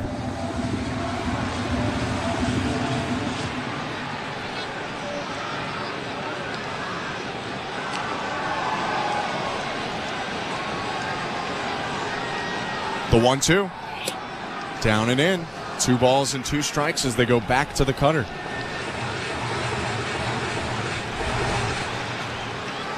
Throw that heater. That's what I want to see. Guerrero 0 for 2 with a ground out and a line out to center. Crochet's pitch. Fastball hit in the air to right field. Backing up Julks, but it hangs up, and he'll make the catch in front of the track and end the inning. A hit and a walk for the Blue Jays. They leave 2 on and trail 3-0 after 6 innings. You're listening to Blue Jays Baseball, brought to you by your local family-owned Crown Rust Control Center. Streaming at sportsnet.ca and the Sportsnet Radio Network. We're 2 men and a truck. So, you're moving to a new home, and all that's left to do is to call a mover you know you can trust. Well, naturally, you think 2 men and a truck, since you know they have lots of men and lots of trucks. They'll wrap, pack, and move everything you own. With a 96% referral rating and the professionalism you can trust, the choice is simple. For a free in-home estimate, call today. We're 2 men and a truck. 2 men and a truck, the movers who care. Not tomorrow, not someday. The home improvements begin today. It's game on with Timber Mart. Build that deck, raise that fence, landscape till your property is beautiful. Don't pay for 12 months on the Timber Mart Deferred Payment Program. Your locally owned, completely Canadian hub of building and renovation expertise. Get your Timber Mart credit card at participating locations and pay later. 12 months later. Conditions apply. Ask in store for details or apply at timbermart.ca. Bring excitement to your landscape with Proven Winners Color Choice Shrubs. These flowering shrubs and evergreens have been trialed and tested by experts to make sure they look better and bloom better, so they're just as easy to care for as what's in your landscape now, but a whole lot more colorful and interesting. Look for Proven Winners Color Choice Shrubs in the distinctive white container at your local garden center, or learn more at provenwinnerscolorchoice.com. This is Toronto Blue Jays baseball. He makes the catch. and the Blue Jays win the ball game. On Sportsnet 590 The Fan and the Sportsnet Radio Network. Zach Pop takes over for the Blue Jays in the 7th inning. Toronto trailing the Chicago White Sox 3-0 at Rogers Center. I'm Ben Schulman alongside Chris LaRue. Yusei Kikuchi's start is done after 6 innings of work. 5 hits, 3 runs, 2 of them earned. 3 walks and 6 strikeouts. It wasn't his best start of the season, but he had Toronto in a position here to try and win the game, but no run support so far for the left-hander. Now the righty Pop takes over, top of the order. First pitch to Tommy Pham. Hit foul off to the right and into the seats, 0-1. What did you think of Kikuchi overall? I thought he was good. I thought he grinded just a little bit. He didn't have his best stuff, just like you said. The location was a little bit off. His fastball had the juice, though. I like that about him. 0-1 is hit through the hole on the right side and into right field. A base hit for Pham to lead off the 7th. But I think the most important thing to remember is there's a lot of pressure on this starting rotation to be perfect because the offense has done what it's done, right? I think that we look at a start like this, 6 innings, 3 runs, 2 earned runs. We should be celebrating that and saying that's a great start, but look at us dissecting it and thinking, that's not really a great start because there's so much pressure on this starting rotation to be perfect. 1 on, nobody out, and the right-on-right pitch to Andrew Vaughn. In there, strike 1. Kikuchi did enter today with the 4th worst run support in all of the American League. Blue Jays have scored about 2 3/4 runs in games that he has started so far this year. No runs for Toronto right now. Bouncing ball off the bat of Vaughn, headed to short. Flipped from Bichette to IK up to second, over to first. 6-4-3 double play.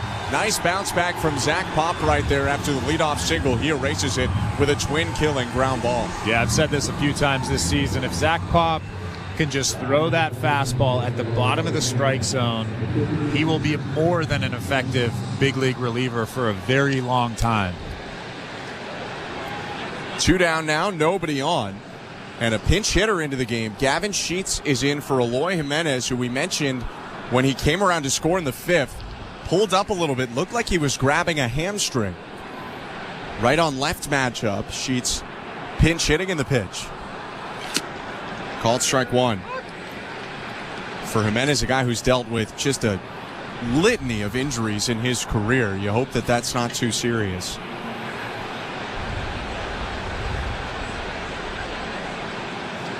Pop in the set and the 0-1. Called strike 2. On the St. Louis Bar and Grill out-of-town scoreboard, the Red Sox have jumped in front of the Rays 3-2. That game in the top of the 8th. And St. Louis up 1-0 on Baltimore in the bottom of the 4th. Nolan Gorman doubled in a run to give the Cardinals a lead. 3-0 White Sox with 2 outs, the 0-2 outside. 1 ball and 2 strikes as Pop looks to send the Blue Jays to the 7th inning stretch. Again, our out-of-town scores brought to you by St. Louis Bar and Grill. The right-hander from Brampton sets, kicks, and delivers. Swing and a miss, strike 3. Got him on the slider. Pop gives up a leadoff single, but a double play and a strikeout means he faces the minimum. Blue Jays trail 3-0. We head to the 7th inning stretch. You're listening to Blue Jays Baseball, brought to you by your local family-owned Crown Rust Control Center, streaming at sportsnet.ca and the Sportsnet Radio Network. At Crown Rust Control, protection runs deep because every Crown Rust Control Center is owned by a local family who cares beyond business. Your Crown Rust Control is 100% committed to their product, to you, to their community, which is your community. Protecting you and what matters to you is equally important as protecting your vehicle.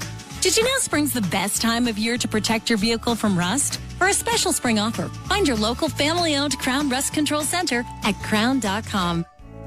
Bring excitement to your landscape with Proven Winners Color Choice shrubs. These flowering shrubs and evergreens have been trialed and tested by experts to make sure they look better and bloom better. So they're just as easy to care for as what's in your landscape now, but a whole lot more colorful and interesting. Look for Proven Winners Color Choice shrubs in the distinctive white container at your local garden center or learn more at provenwinnerscolorchoice.com. I am by your side. Got a heart so big, on this you can rely. No mountains too tall for the strong boots to climb. I am by your side. That was Desjardins Insurance, playing insurance with a heart so big it shows. Tune in for your auto and home coverage at desjardins.com/heart. This is Toronto Blue Jays baseball. Vladdy with a huge stretch for the double play. On Sportsnet 590 The Fan and the Sportsnet Radio Network. Welcome back to downtown Toronto. The Blue Jays looking to engineer a comeback for the second straight night. They trail 3-0 in the bottom of the 7th to the Chicago White Sox. I'm Ben Schulman alongside Chris LaRue. Thankfully for the Blue Jays, left-handed starter Garrett Crochet is out of the game. The right-handed reliever John Brebbia takes over with Bo Bichette, Justin Turner, and George Springer set to hit in the 7th. Before we get to Brebbia, though, Chris, 6 shutout innings for Garrett Crochet, 2 hits, a walk, 4 strikeouts. He dominated for most of the night. And I said this early on in the ballgame. His secondary pitches don't move a ton, but when you have the kind of fastball velocity that he has, the hitters in that batter's box have to respect everything that looks like a fastball. And when you have that fastball arm speed on the changeup, the cutter, the slider, it's almost unhittable. Here's the pitch to Bo Bichette, who swings and hits a line drive to center. A little bit too high. It hangs up for Pham. And Bichette is retired. He goes to 0 for 3. For John Brebbia, it's his first year with the White Sox. He's making his 16th appearance in the season. An ERA right around 6 in 13 2/3 innings, although he struck out 18 and only walked 3 in that span. But he has given up 14 hits in now 14 innings of work. Justin Turner has the lone extra base hit for the Blue Jays today. The pitch. Outside, ball 1. Turner nearly homered. He doubled off the upper third of the wall back in the 5th. 1-0. Called strike on a four-seam fastball. Yeah, I'm sure the Blue Jays dugout, the Blue Jays offense is very excited that Garrett Crochet is out of this ball game. 1-1. Down and away, 2 balls, 1 strike. For Brebbia, it's a straight slider four-seamer mix. He throws the slider a little bit more than the fastball. Sliders low 80s and fastballs mid-90s. 2-1. Fastball hit foul, 2-2.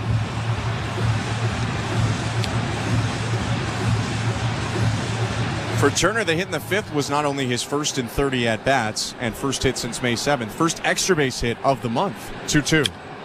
Pokes the ball down the right field line, slicing deep and into the seats.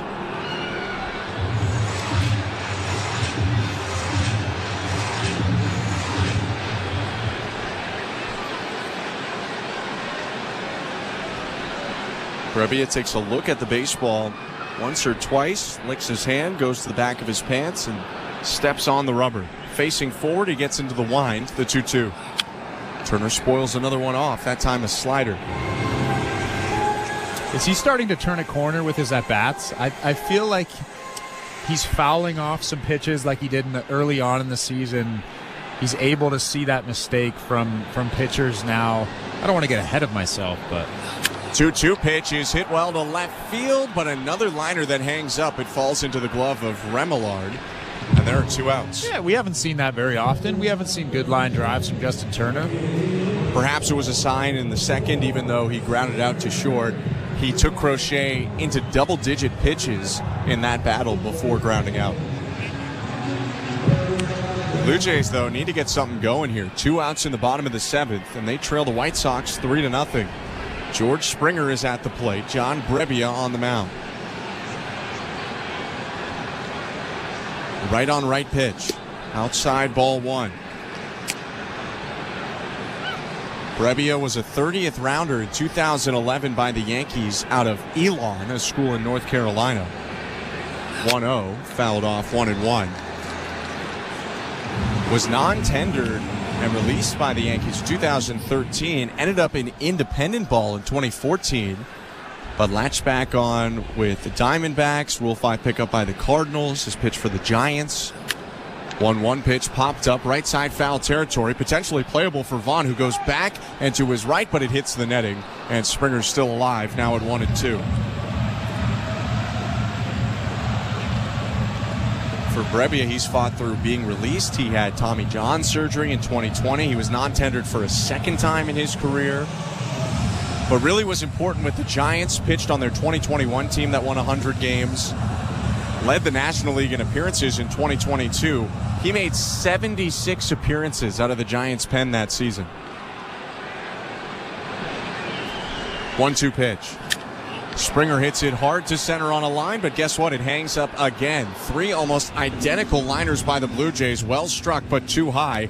They go down 1-2-3 in the 7th. 3-0 White Sox go into the 8th. You're listening to Blue Jays Baseball, brought to you by your local family-owned Crown Rust Control Center, streaming at sportsnet.ca and the Sportsnet Radio Network. Tonight, it's Game 1 of the Western Conference Finals. Luka, left of the circle, 3, he hits, and the Mavericks have the lead. At 8:30 Eastern, can Luka Doncic and the Mavericks impose their will in Minnesota? Today is about today's game, the conference finals. Or will Anthony Edwards and the Timberwolves start the series with a win at home? And once we really lock in on the defensive end, man, we're a hell of a team to beat. It's the Western Conference Finals, Mavericks and Timberwolves. 8:30 Eastern on NBA Radio Channel 86 and the all-new Sirius XM app. The most important person in sports is you, the fan. Let me tell you something. I'm a real fan. And your place for sports talk is Mad Dog Sports Radio, where your voice is heard all day long. I couldn't wait to get into the truck, turn on 82. Sharing the thrill of victory. The joy, the jubilation. I can't stop smiling. And the agony of defeat. When is this franchise going to realize people really care about this? Passionate sports fans call 888 Mad Dog 6. You gotta love sports. Mad Dog Sports Radio, Channel 82, or anytime on the Sirius XM app. Hey, baseball fans, the NBA postseason is in full swing, and your home for nonstop discussion every day and playoff action on the court every night is Sirius XM NBA Radio Channel 86 and on the brand new Sirius XM app.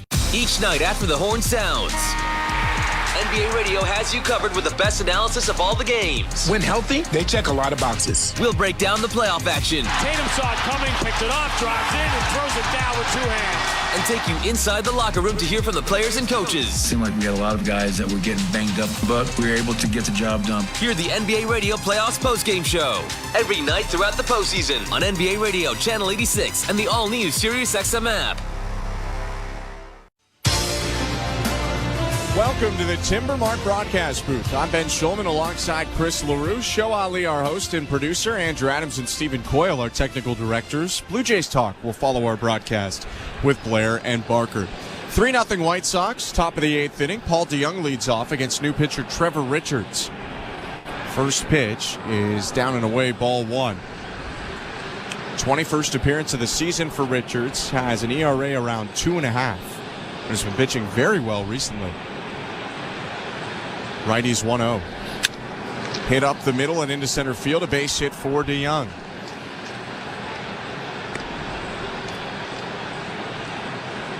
He leads off the 8th, and the longtime Cardinal is aboard. Now Corey Julks coming up. On the St. Louis Bar and Grill out-of-town scoreboard, the Cardinals taking on the Orioles in St. Louis.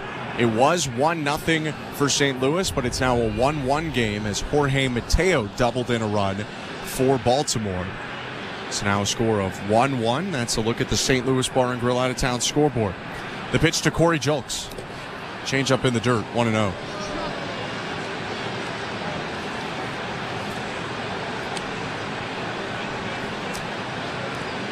Julks is the main difference in this game. With 2 outs and runners on second and third in the 5th, he singled up the middle to make a 1-0 game, a 3-0 game in favor of the White Sox. That's where it stands now.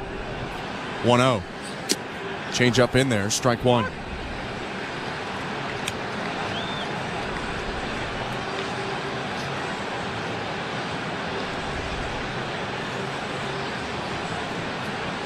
DeYoung striding off first. He has 2 stolen bases this year.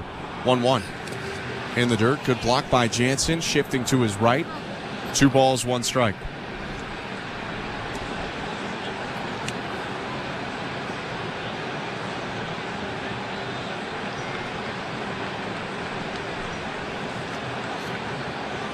Jolks getting his feet set right at the back of the righty batter's box, slightly open in his stance and his pants hiked up, exposing stirrups.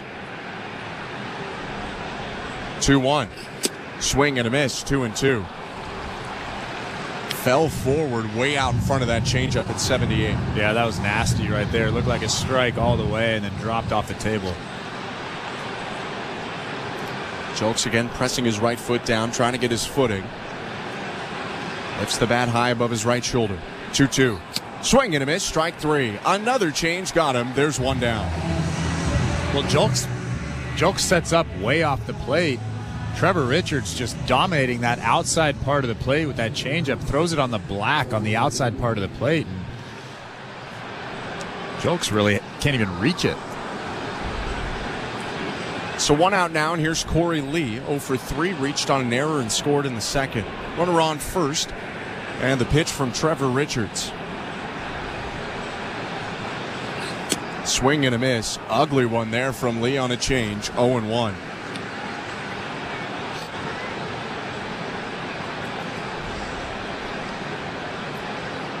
Lee's a hot hitter right now. 14 for 43 in May, over 300. He swings and misses at another change. Another wild swing from the catcher. It's 0-2. It's almost like Corey Lee has never seen a scouting report on Trevor Richards. I mean, these guys are all out of sorts right now. You know, subtract DeYoung, who played with Richards last year.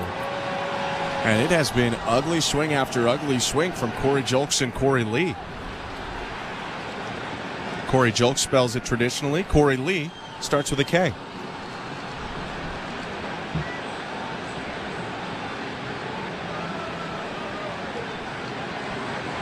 The 0-2. High with the changeup. 1 ball and 2 strikes. Richards was really working the pitch clock there. He froze on the mound for 5-6 seconds. Didn't even peek over his shoulder, just perfectly still. 1-2. Bounce foul. Yeah, when you do that as a pitcher, you make everybody uncomfortable. The guy on first, the guy in the batter's box. Sometimes you make the defense a little bit uncomfortable as well. Danny Jansen holding his glove out there. You can see him get tired and drop it to the ground, and then he kind of picked it up again. Richards in the set, still 10 on the clock. He fires home. Swing and a miss, strike 3. Elevated fastball, and it's back-to-back swinging strikeouts for Trevor Richards. 2 outs and still that runner on first. Corey Lee was all sorts of lost during that at-bat. Couple tough swings on a changeup, and then swings through that elevated fastball way out of the strike zone. I guess he just didn't look at a scouting report earlier today. He's a catcher. He's got a lot on his plate. Pinch hitter entering the game. Supposed to be Zach Remillard, the right-handed hitter, but instead Pedro Grifal goes to Dominic Fletcher, the left-handed hitter, off the bench. And that's going to prompt a mound visit here from John Schneider and a pitching change as the Blue Jays have Tim Meza getting loose out in left field. Richards gives up the ball to Schneider after a base hit and 2 strikeouts. And in this 3-0 game in favor of the White Sox, top of the 8th, the Blue Jays will go to Mesa. Runner on first with 2 down. Let's go to baseball control. Here's Show Ali. Thank you very much, Ben. And before we check the St. Louis Bar and Grill out-of-town scoreboard, don't forget, we do have Jays Talk this evening. Blair and Barker have you covered all week long.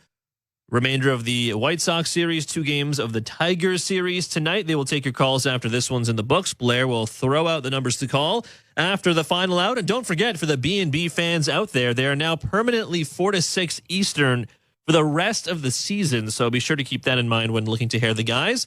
All right, let's check that St. Louis Bar and Grill out-of-town scoreboard. We'll start with the Stanley Cup playoffs. We are officially set for the conference finals after last night's 3-2 win for the Edmonton Oilers over the Vancouver Canucks.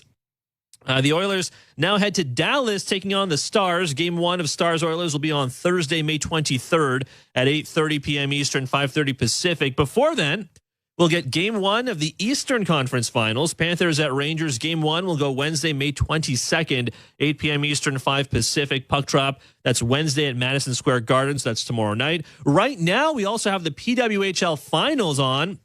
Boston leading the series 1-0 after a 4-3 win earlier this weekend. Game 2 between Minnesota and Boston happening right now. Minnie leading 2-0 in the third period, which just got underway about 90 seconds into the third period. And in the NBA, the conference finals starting tonight in the East. Pacers-Celtics game 1 on the go. No Kristaps Porzingis for Boston in this one, though there is some optimism he could return. Right now, Boston leading Indiana 52-47 with a couple minutes to go in the first half. Blue Jays baseball is brought to you by Crown Rust Protection. Let's get you back down to the Rogers Center. Tim Meza on the mound. Here's Ben and Chris. Thank you, Show. It's the 22nd appearance of the season for Tim Meza, whose ERA is a little bit over 6 right now, but they bring him on with left-handed pinch hitter Dominic Fletcher about to come in. Meza will go left on left with 2 outs and Paul DeJong on first. It's 3-0 White Sox over Blue Jays, top of the 8th. And Tim Meza hasn't been overly sharp for the majority of this season, but in his last outing, we did see a little tick up in the velocity. I saw 95, a couple 94s. That's a good sign. The Blue Jays ask him for just 1 out at least for now. Lefty kicks and throws over to first. DeJong back standing. Dominic Fletcher in his first year with the White Sox, second year in the majors, traded over from Arizona in February, hitting .203 in 21 games, 4 doubles, no homers. First pitch, swing and a miss, and a heater at the top of the zone, strike 1.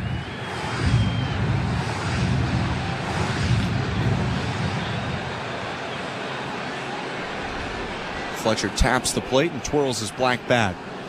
Meza in the set, glove just above his belt, and the 0-1.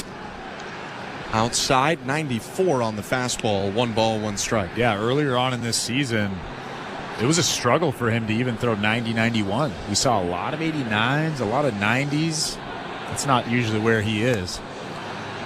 Meza is coming off a career high in innings as the 1-1 hits the zone to make it 1-2. Meza threw 53 in a third innings last year, which was a career high by 1 out, and his 69 appearances was also a career high. Left-hander a strike away from going to the dugout. 1-2 in the dirt with the slider. 2 balls and 2 strikes. Runner on first, Paul DeJong, is owed to Trevor Richards, who started this inning, gave up a single, and then struck out a pair. 3-0 White Sox, top of the 8th. With 2 down, the 2-2 pitch to Fletcher. Just outside. Gutsy take there by Dominic Fletcher, but it did look to be away off the plate. It's a full count. DeJong will get a head start on the pitch.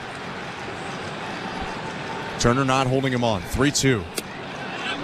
Check swing, appeal down to third, nose swing. The pitch was low, and so it's a walk to Dominic Fletcher, and that extends the inning, plus puts Paul DeJong at second base in scoring position.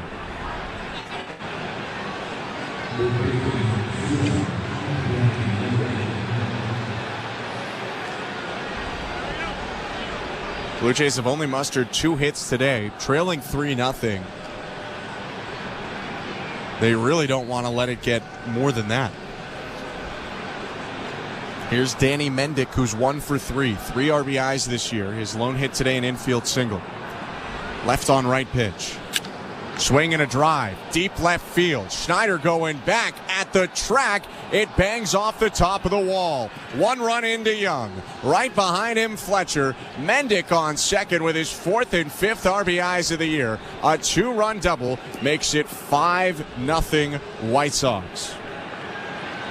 Well, before Mendick, you definitely don't want to walk Dominic Fletcher. That's why you're in this ball game, to face the lefty. You end up walking him, and then you throw a sinker that's at the top of the strike zone, and Mendick just drills it off that top of the wall and probably about 3 or 4 feet from hitting a home run. Here's Nicky Lopez, another left-on-left matchup. First pitch grounded to second, picked up by IKF. He'll throw to first. That's the inning.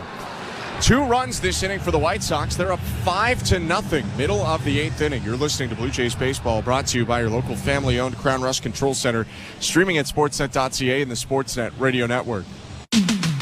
If you're looking for a fun day, did you know the day before Monday? Junior J Sunday. You can paint your face, come and meet Ace and run base to base. Junior J Sunday. So many things to do. You could bring your crew and even mom and dad too. Junior J Sunday. Sundays are for Junior Jays, and with all kinds of cool new games and activities in the exciting outfield district areas, there's no end to the family fun you'll have. If you're feeling the song, grab your dad or mom, visit BlueJays.com. Junior J Sunday. Bring excitement to your landscape with Proven Winners Color Choice Shrubs. These flowering shrubs and evergreens have been trialed and tested by experts to make sure they look better and bloom better, so they're just as easy to care for as what's in your landscape now, but a whole lot more colorful and interesting. Look for Proven Winners Color Choice Shrubs in the distinctive white container at your local garden center, or learn more at provenwinnerscolorchoice.com. The hardest work should lead to the best quality of life. If you're a skilled trades worker, you might not be feeling that way right now. But in Alberta, skilled trades workers can earn more, save more, and live more with better wages and a lower cost of living. Visit albertaiscalling.ca to learn more about the $5,000 moving bonus for the first 2,000 skilled trades workers who move to Alberta, stay for a year, and successfully apply. A message from the Government of Alberta. This is Toronto Blue Jays baseball. First pitch swinging, Danny Jansen rocks the ball to left. It's gone! On Sportsnet 590 The Fan and the Sportsnet Radio Network. Welcome to the Timbermark broadcast booth. I'm Ben Schulman alongside Chris LaRue. Bottom of the 8th inning in Toronto, and the Blue Jays have a big mountain to climb. They trail 5-0 to the worst team in baseball by record, the Chicago White Sox. Dalton Varsho leads off against new pitcher, right-hander Jordan Leisure. From the stretch, the pitch. Swing and a fly ball fouled. Into the seats down the left field line, 0-1. Second appearance in as many days for Leisure, who came on yesterday in the 7th and gave up a home run to Danny Jansen. Also walked Vladdy and gave up a double to Bo Bichette. 0-1. Varsho foul tips it into the glove. 0-2.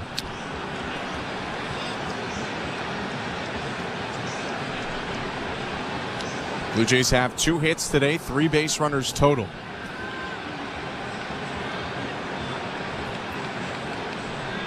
Oh, 2 pitch. High, 1 ball and 2 strikes.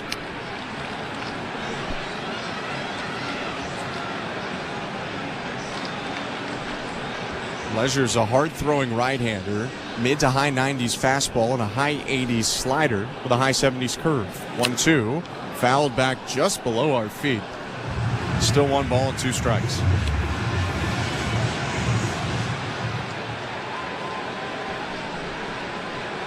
Came into yesterday's game, did the right-hander Leisure with an ERA below 2. It's at 2.4 right now. 1-2. Foul tipped into the glove. Strike 3. Varsho goes down, and there's 1 out.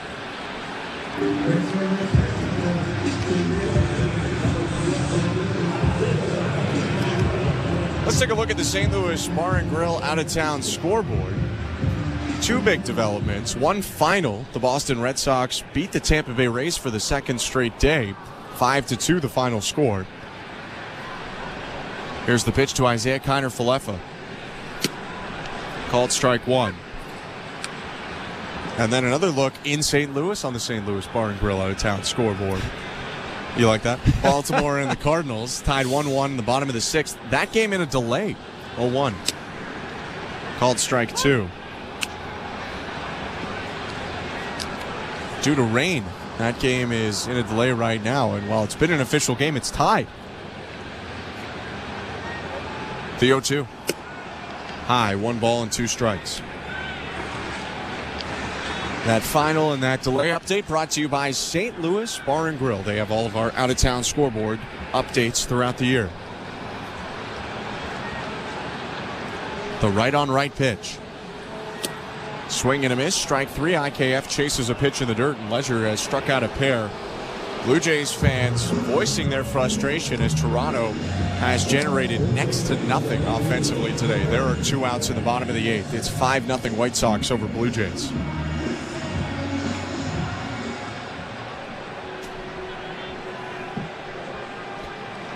Here's Ernie Clement with the bases empty. He has one of 2 Toronto hits. The pitch. Low ball 1. This copyrighted broadcast is presented by authority of Rogers Blue Jays Baseball Partnership and may not be reproduced or retransmitted in any form, and the accounts and descriptions of this game may not be disseminated without the express written consent of Rogers Blue Jays Baseball Partnership or the Sportsnet Radio Network. 1-0 pitch outside, 2-0. 5-0 White Sox. Bottom of the 8th. 2 outs and nobody on. Clement rolled a single through the right side, first time up. 2-0. Off the fist, he lost the bat, and it actually banged into the backstop. That was the noise of the bat hitting there. It was a foul ball. It's 2-1.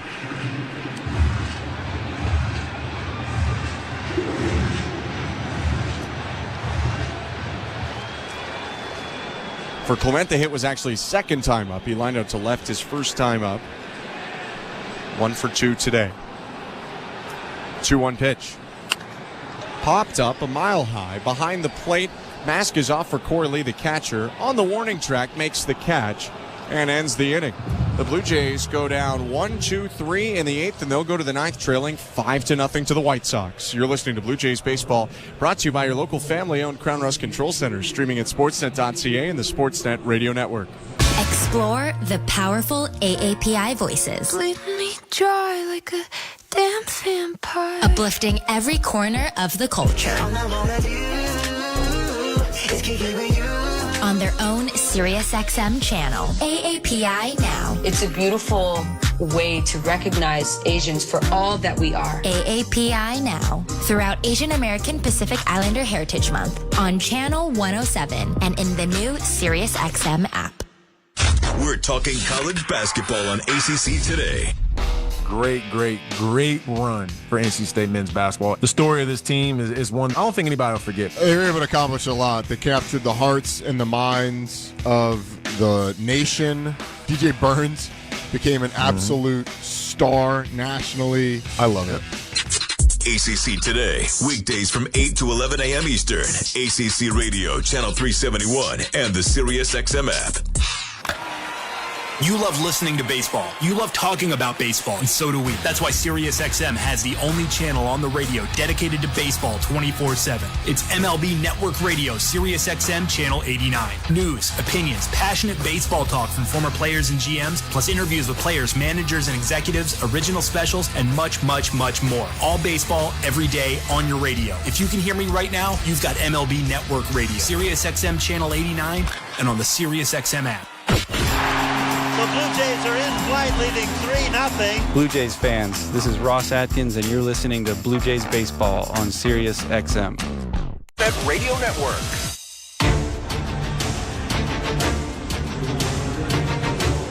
Welcome to the Timber Mart broadcast booth. I'm Ben Schulman alongside Chris LaRue. Blue Jays trail 5-0 to the Chicago White Sox. We're in the top of the 9th. New pitcher for Toronto is the right-hander Eric Swanson. He'll take on the top of the order for Chicago. Tommy Phams leading off. And Swanson's pitch. Called strike 1. Back-to-back days for Swanson. He pitched the 9th yesterday with the Blue Jays up by 6. Now they trail by 5 in the 9th. 0-1. Roped foul, 0-2.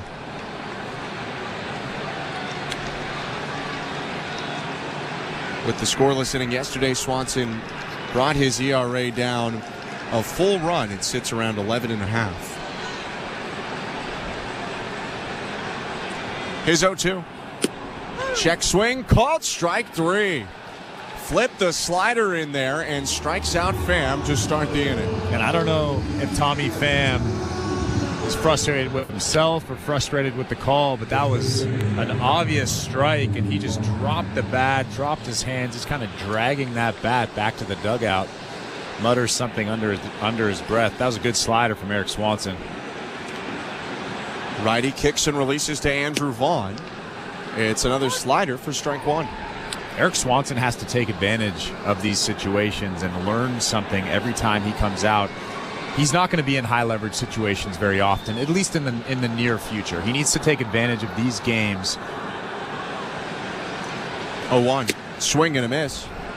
That was the good splitter below the knees, and it's 0-2. And right on cue, I haven't seen a splitter like that from him in weeks.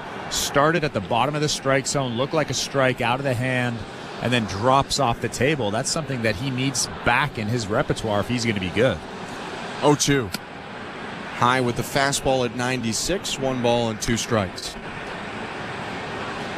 1 out and the base is empty. 5-0 White Sox, top of the 9th. Chicago out hitting Toronto 8-2. 1-2 pitch. High, 2 balls and 2 strikes.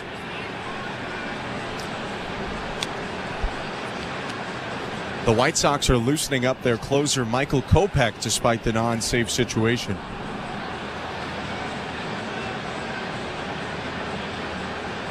Two. Popped him up. Middle of the infield. Isaiah Kiner-Falefa right near the second base bag will drift to his left and make a one-handed catch. There are 2 down.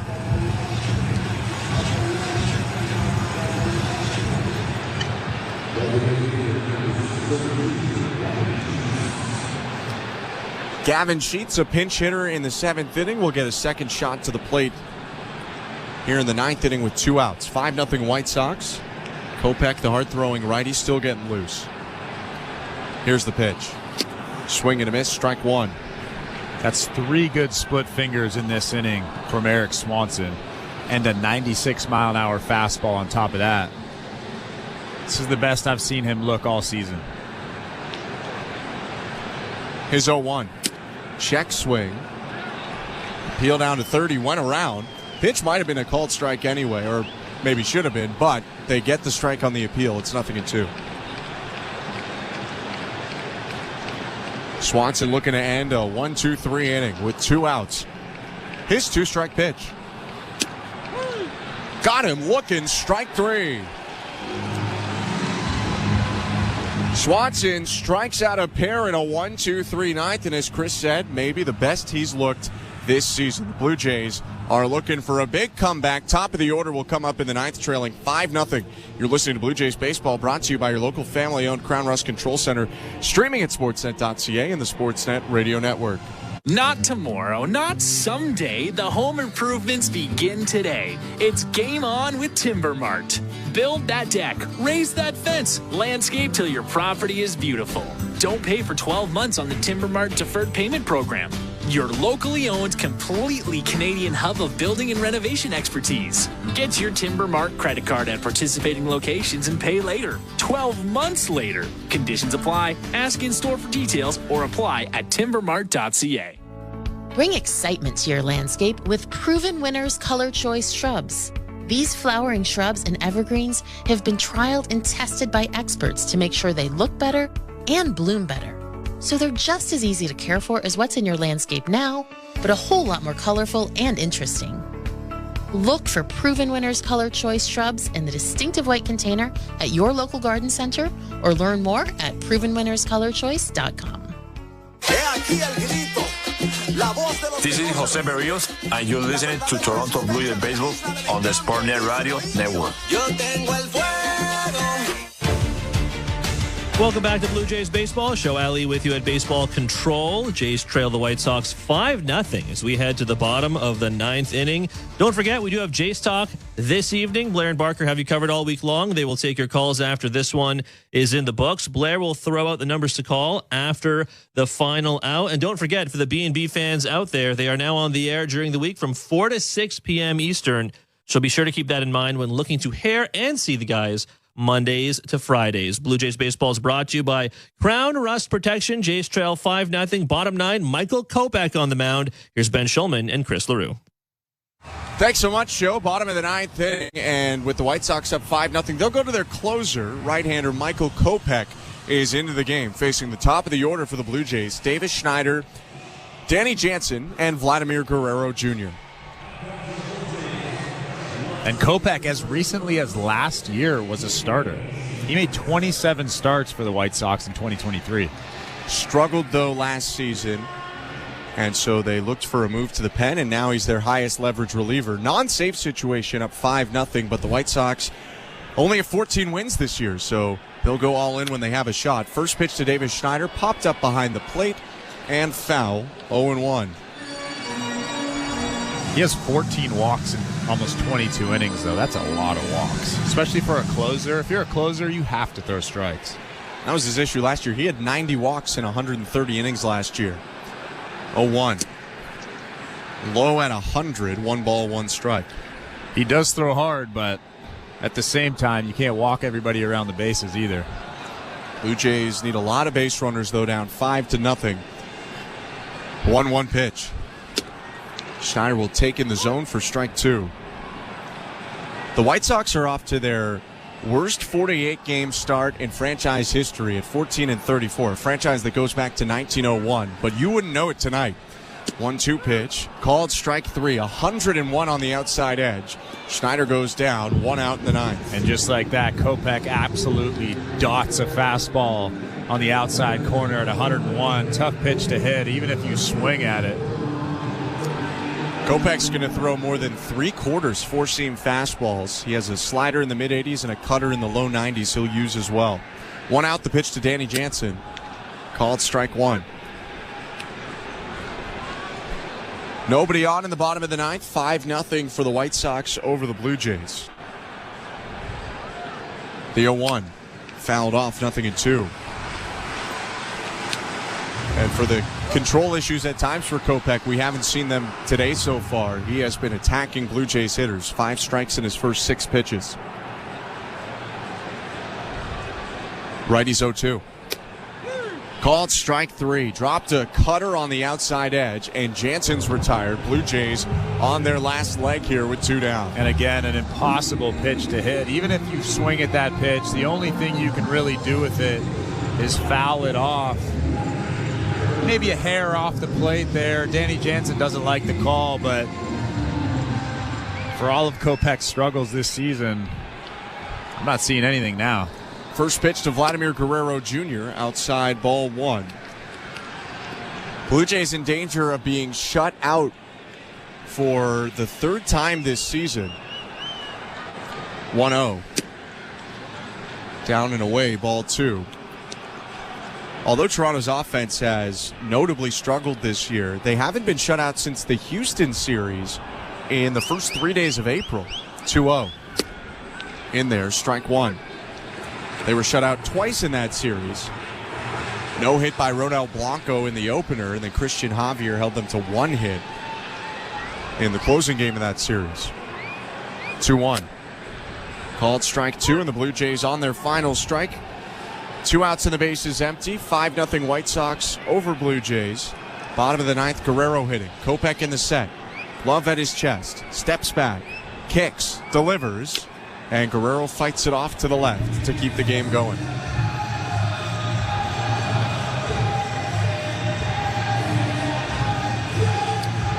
Yusei Kikuchi was solid today. Went 6 innings, gave up 2 runs. Or 3 total, 2 earned runs. 2-run single by Corey Julks in the 5th stretched out the White Sox lead. 2-2. Vladdy gets it off the end of the bat, foul, and again stays alive. And they call that thing a cutter, but that's got some slider depth to it. That's not just your average cutter. And he's throwing it 93 that time. He averages around 91. 2-2 again. High, ball 3. The White Sox went up 3-0 in the 5th after the Julks 2-run single. Still a manageable margin for the Blue Jays until the 2-run double by Danny Mendick off Tim Meza in the 8th. 3-2. Guerrero takes, called strike 3. That's the ball game. Michael Kopech strikes out the side of the 9th, and the White Sox even up this series. They win 5-0, boos pouring out at Rogers Center as the team with the worst record in Major League Baseball shuts out Toronto. Well, I think the most disappointing thing for me tonight is there wasn't really any signs of life from this Toronto offense. You have to fight against a guy like Garrett Crochet. He has great stuff. He has pretty good command. He makes good pitches in tough situations. So you have to fight. You have to foul off tough pitches. You have to make those types of guys make mistakes, and the Blue Jays really didn't do that. They didn't foul off many tough pitches, and they didn't make Garrett Crochet work. They didn't make him make mistakes, which is important when you're coming up against a guy with as good of stuff as Garrett Crochet has. He was dominant tonight. The Blue Jays lose 5-0. We'll wrap it up on the other side and then get you over to Blue Jays Talk with Blair and Barker. Stick around. 5-0. The White Sox win in Toronto. You're listening to Blue Jays Baseball, brought to you by your local family-owned Crown Rust Control Center, streaming at sportsnet.ca and the Sportsnet Radio Network. At Crown Rust Control Center, protection runs deep because every Crown Rust Control Center is owned by a local family who cares beyond business. Your Crown Rust Control Center is 100% committed to their product, to you, to their community, which is your community. Protecting you and what matters to you is equally important as protecting your vehicle. Did you know spring's the best time of year to protect your vehicle from rust? For a special spring offer, find your local family-owned Crown Rust Control Center at crown.com. We're 2 men in a truck, the movers who care. You never know when cardiac arrest can happen. That's why each and every one of our trucks carries a life-saving Mikey defibrillator as part of our Mikey on Board program. Whether we're on the highway or in front of your house, we're prepared to help anyone whose heart may skip a beat. The Mikey Network has saved many lives, making Mikeys accessible to the public. And now they're on board our trucks. We're 2 men in a truck. 2 men and a truck, the movers who care. This is Toronto Blue Jays baseball. Swing and a miss, strike 3. Jordan Romano saves the game for the Blue Jays On Sportsnet 590 The Fan and the Sportsnet Radio Network.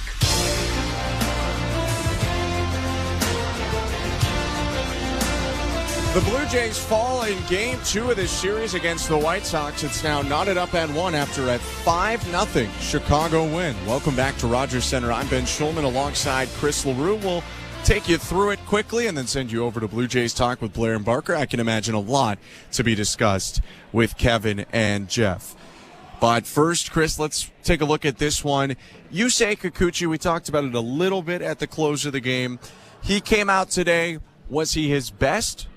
Perhaps not, but he still kept the Blue Jays in the game and did a lot of good in his 6 innings of work. Yeah, he wasn't Yusei Kikuchi of April and early May, but he only gave up 2 earned runs in 6 innings.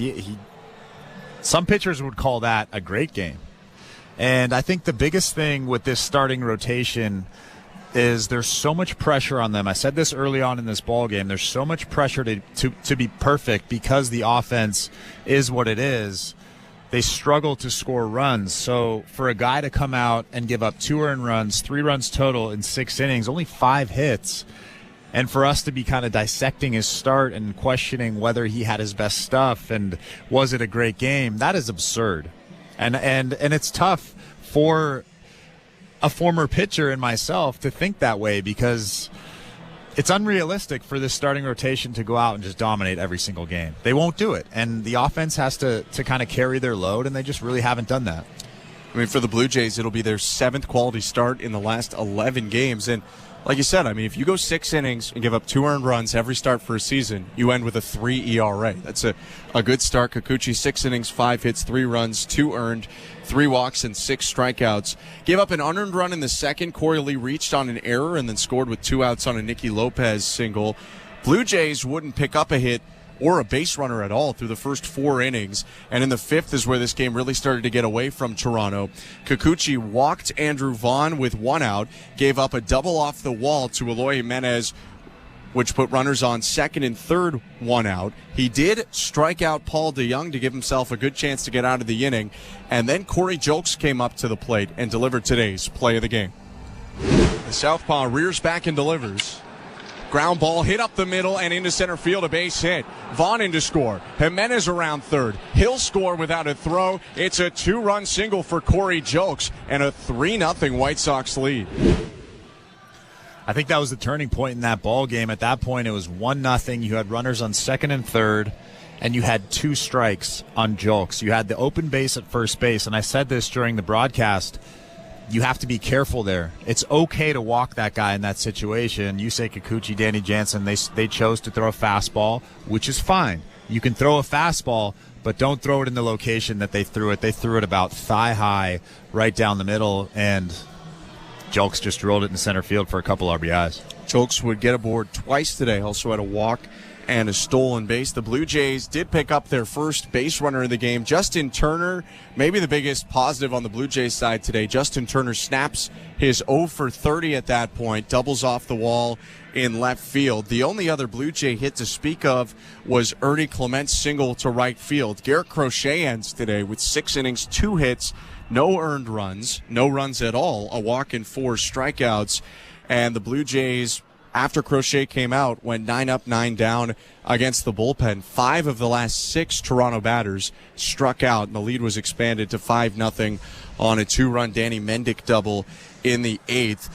The Blue Jays, would have liked to have kept it closer near the end of the game, certainly, but Toronto's offense, Chris, just really didn't produce a whole lot. Yeah, as lifeless as they were against Garrett Crochet, they were even more lifeless against this Chicago White Sox bullpen. Yes, they are hard throwers, and it's not the stuff that I'm thinking of. It's just the at bats. You have to put up a fight. You have to foul off tough pitches. Really, the only guy that did that today that I saw was Justin Turner, which is a good sign for this lineup.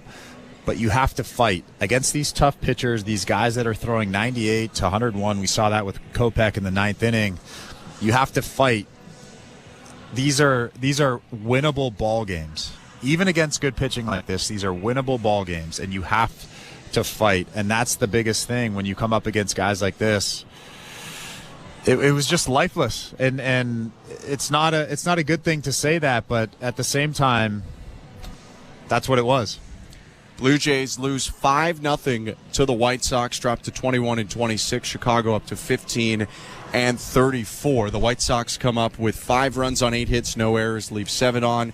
For the Blue Jays, no runs on 2 hits, 1 error, leave 3 on. Garrett Crochet will pick up his 5th win of the year, go to 5-4. Yusei Kikuchi, who's had one of the lowest run supports in all of baseball coming into this one, will pick up his 4th loss of the year despite an ERA below 3. He's now 2-4 on the season.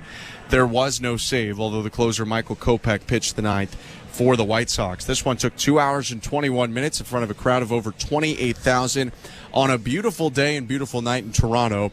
But Toronto loses this one again, 5-0 to the White Sox. That sets up a rubber match tomorrow. Mike Clevenger will take the hill for Chicago, and former White Sox Chris Bassett will go for the Blue Jays. That game starts at 7:07 Eastern, 4:07 Pacific. Our coverage of the game here from Rogers Center will start at 7 o'clock Eastern, and we hope to see you then. Appreciate you tuning in tonight. For our technical directors, Andrew Adams and Stephen Coyle, for our host and producer, Show Ali, and my partner, Chris LaRue, I'm Ben Schulman. Hope you have a good night, and get your calls in right now because I'm sure you have a lot to say about this one. The Blue Jays fall 5-0. Blue Jays Talk with Blair and Barker starts right now.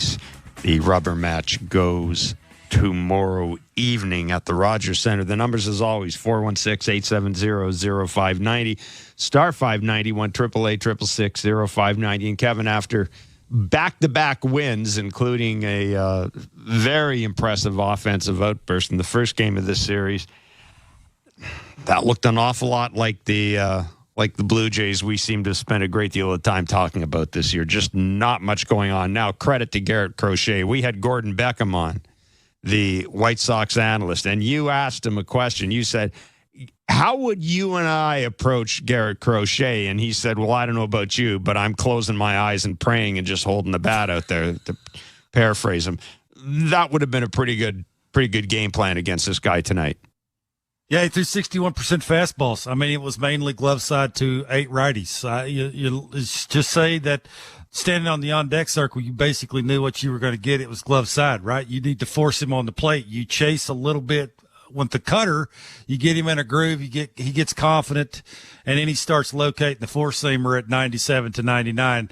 Yeah, he's a tough kid. He's just, sometimes I think whenever we talk about this lineup, and, it's hard to say out loud that they sometimes look like they don't have enough talent to make in-game adjustments. And tonight, I got to be honest, that's exactly how it looked. I mean, it was like the dude on the mound and the catcher were just out there lollipop playing catch. Now, again, I know the lollipop was 97 to 99, but still, it's glove side to a bunch of righties. And Buck said it the right way. It is a little head scratching that they or most lefties that face this right-handed dominant lineup can work through it as easy as they can work through it. And, look, I think we're past being surprised. At least I am with, sometimes the way a decent starting pitcher can come in and locate with some power and, work through this lineup. I mean, he didn't have a hit to the fifth inning.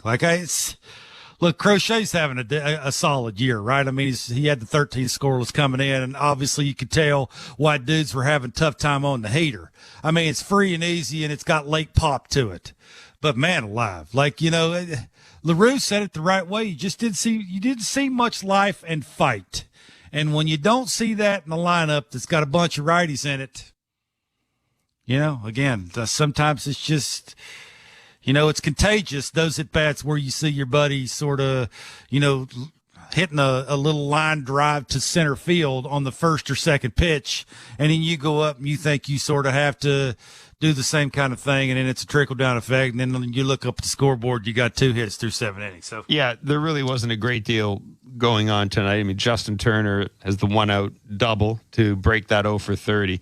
It goes to third on George Springer's ground out, but then Dalton Varshall's called out and strikes. And then, against the Blue Jays bullpen, I don't know what has happened to Tim Mesa against right-handed batters this year. But what was it going into the game? Location. 355 righties were hitting off him. He's almost at the point now, and I think May was a little better than the start of the season, but the Jays may be paying a price for running it back, or for running the same bullpen back from last year. And yeah, GM say the same thing, Jeff, all the time, is that, bringing it, sort of trying to run it back without breaking it up and bringing in a different look and bringing in some other guys who are hungry and giving the manager and the pitching coach some different options, right? You can't walk the lefty, right? The pitch hit lefty that he walked on some non-competitive pitches, and then he wanted to go down and away with the sinker to get the rollover, to get the easy ground out, and he misses middle up. You miss middle up, no matter where they're hitting in the order at the big league level, most of the dudes can get to 93, and that's exactly what happened. Again, it's hard to blame the pitching. I mean, just the lineup is right now not good enough. I mean, I can't come on here and say and break down at bats and say this, that, and the other about mechanics. Jeff, they're over 40 games in. If you ain't figured out your mechanics by now, you ain't going to figure it out. So, hopefully you just wad this one up, come back tomorrow, try to win the series. Yeah, and again, we have to say now, Garrett Crochet is a bit of a work in progress. The White Sox are trying to see what they have as a starting pitcher, and I would suggest so far that they have to like what they've seen there. I mean, they are an organization looking, trying to find positive signs. But I'm with you. Look, he's got great stuff. He's hitting 99. He's got a 92 mile an hour changeup, a 90 cutter. I mean, whatever, it varies. He can be a hard guy to face. There's a little sort of funk in the delivery, all that stuff. But you're absolutely right. This right-hand heavy lineup, it should be a lot more difficult for lefties to navigate their way through this lineup. And tonight was just wasn't a lot going on. There wasn't a lot going on, and that's surprising. After what happened yesterday, you would think that there was, in back-to-back wins, a sense that maybe it's not necessarily that they'd figured something out, because, again, momentum is only good as the next day's starting pitcher. But, man, I just didn't see a lot of confident at-bats out there. And I would think a team that won back-to-back games, there'd be a little confidence there. Yeah, I mean, Crochet, again, I think you're right. You got to give him kudos. But again, it was mainly four-seamers in glove side and tunnel the cutter off of that. You would think, give him a move around the batter's, dare I say that, move around the batter's box, change it up, force him to go to the other side of the plate. I mean, he splash the change-up arm side occasionally just to get you looking out there so he can bust you in again. I mean, again, he's got good stuff, but holy moly, choke up, try and pull everything. I don't know. It's just try and force him away from how he's feeling. Obviously, he's feeling frisky glove side. And when you got a lineup full of righties who are not trying to force him away from feeling frisky, sort of ends up looking the way it ends up. And, again, Yusei didn't have his great stuff, but this Yusei can occasionally muscle his way through a start, give a lineup a chance to have a big inning. And when you give up 3, it feels like 15-0 instead of 3-0. 416-870-0590, star 590, 1-888-666-0590, 5-0. The Blue Jays have been shut out by a Chicago White Sox team that have been outscored 26-8 in the first 4 games of their current road trip. Liz in Toronto, you're on Blue Jays Talk with Blair and Barker.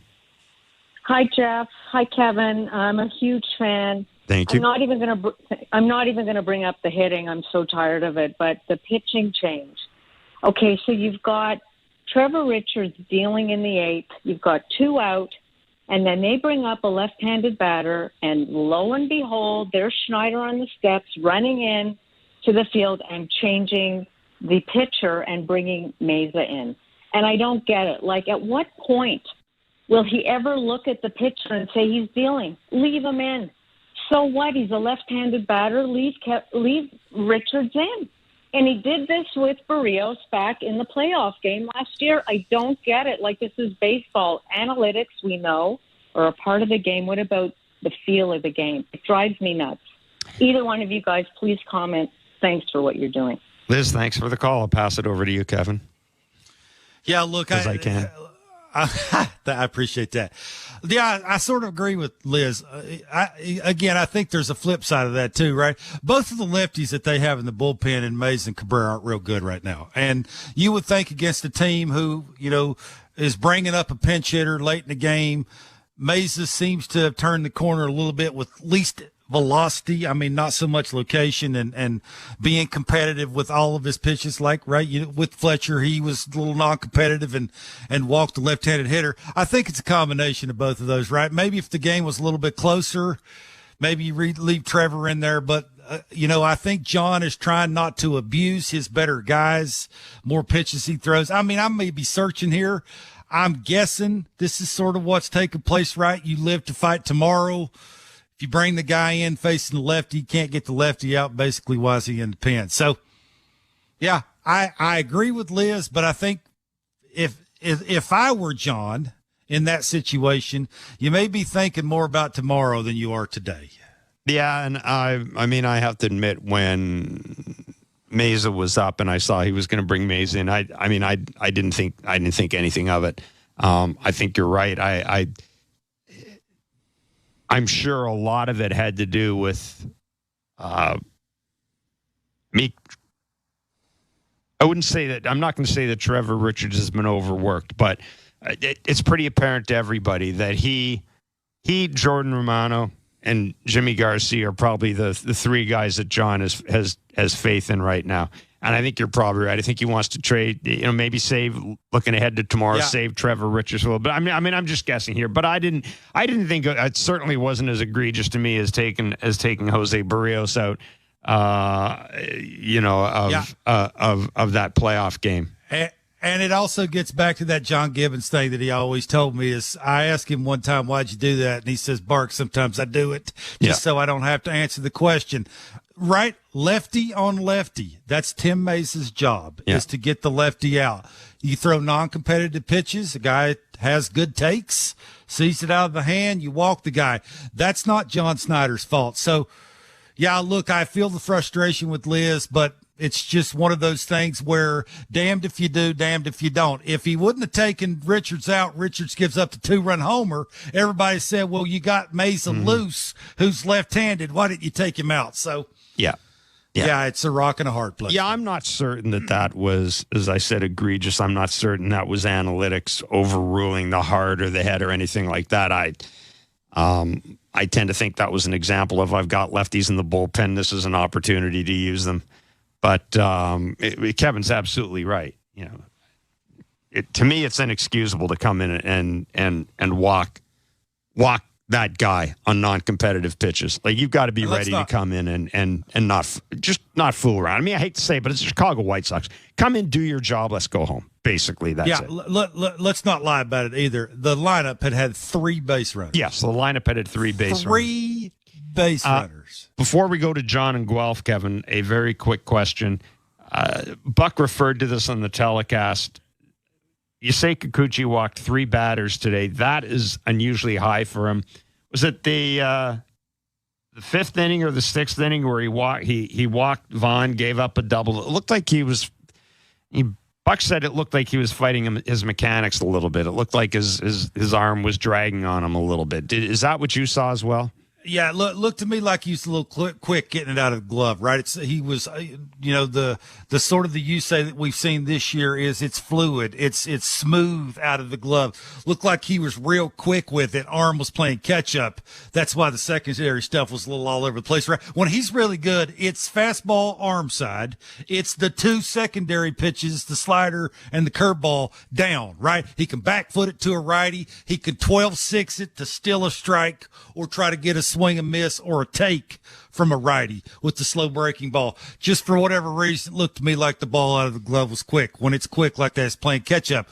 This again, just him giving you 6 innings, trying to muscle his way through it is a different Yusei than we've seen in the past. The Yusei last year couldn't have done this. Like he would have been gone in the 4th inning.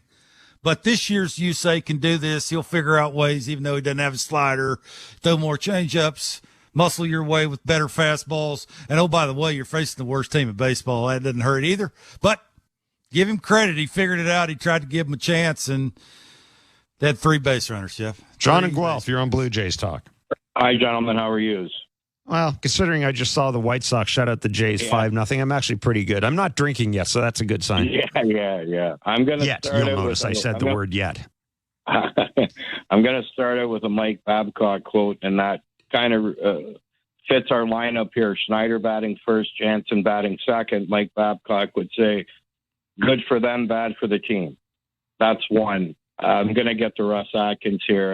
And number 2, hockey comment. Mark Hunter was once asked about all the great moves he's made with the London Knights, and Mark said, I make just as many mistakes as the next guy. I just don't marry them.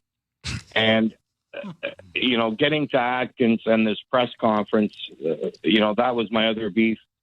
I felt the media pushback that day was zero, and tongue in cheek, it felt like Atkins was wearing a mask and pointing a gun. I mean, when is this guy going to be held accountable? And I really felt last year he showed his true, inner character when he threw Schneider under the bus and saved himself and his khakis. Yeah. Just your comments on those. Sure. I appreciate the call. Look, I mean, I think Kevin and myself have been pretty critical of Ross Atkins. I'll just say it. Ross Atkins, nobody's buying what Ross Atkins is selling in the city anymore. I mean, they're just not. I can't put it any other way. And they're certainly not going to buy it when you have a news conference on a Saturday afternoon of a long weekend. I mean, they're just not. I asked myself, I listened to that news conference. I said, what was the point? It was 23 minutes of word salad, basically. I mean, that's what it was. It was 23 minutes of word salad. And to me, nothing was accomplished. Be patient. We understand there's urgency, but we're not going to do anything because the guys that haven't done anything, we have faith in the guys that haven't done anything so far. And we're hoping that some of the guys in the minor leagues can come up and help us, and maybe we'll think about making a trade. Yeah. And that's, I mean, that's it. It was, to me, it was pointless. And I'm not saying, listen, I don't expect the general manager. I don't even expect the general manager to come out and say, it's all my fault, blame me. I don't expect that. Nor do I expect the general manager to come out and say, well, here's what we're going to do to change things. 1, we're going to trade Vladdy tomorrow to the San Diego Padres. 2, we're going to talk to Bo about a long-term contract. If that doesn't work out, well, we're either going to try to trade him or we'll just ride it out with him. 3, he's not going to come out and lay out whatever plans they have for you. And as far as we know, there may not even be any plans. They may actually, it's possible that Ross Atkins actually believes what he's saying.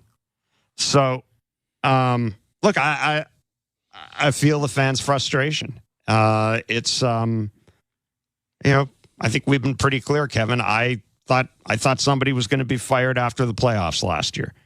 I thought either John Schneider or Ross Atkins walks after the playoffs last year. And now I just don't know. I get asked all the time, when did the Jays make a move? I don't know. I have no idea. I have no idea what they're seeing that we're not seeing. I have no idea what Mark Shapiro's seeing that we're not seeing. To me, just making the playoffs isn't good enough. Certainly not when I'm running a $235 million payroll. Pitching you have, too, is really good. No, the pitching's great. We know what the issue with this team is. Every now and then, somebody in the bullpen craps the bed. Well, that's going to happen. That's going to happen to every team. But this team plays good defense. It gets good starting pitching. It just can't hit. Nope. I mean, it can't hit. And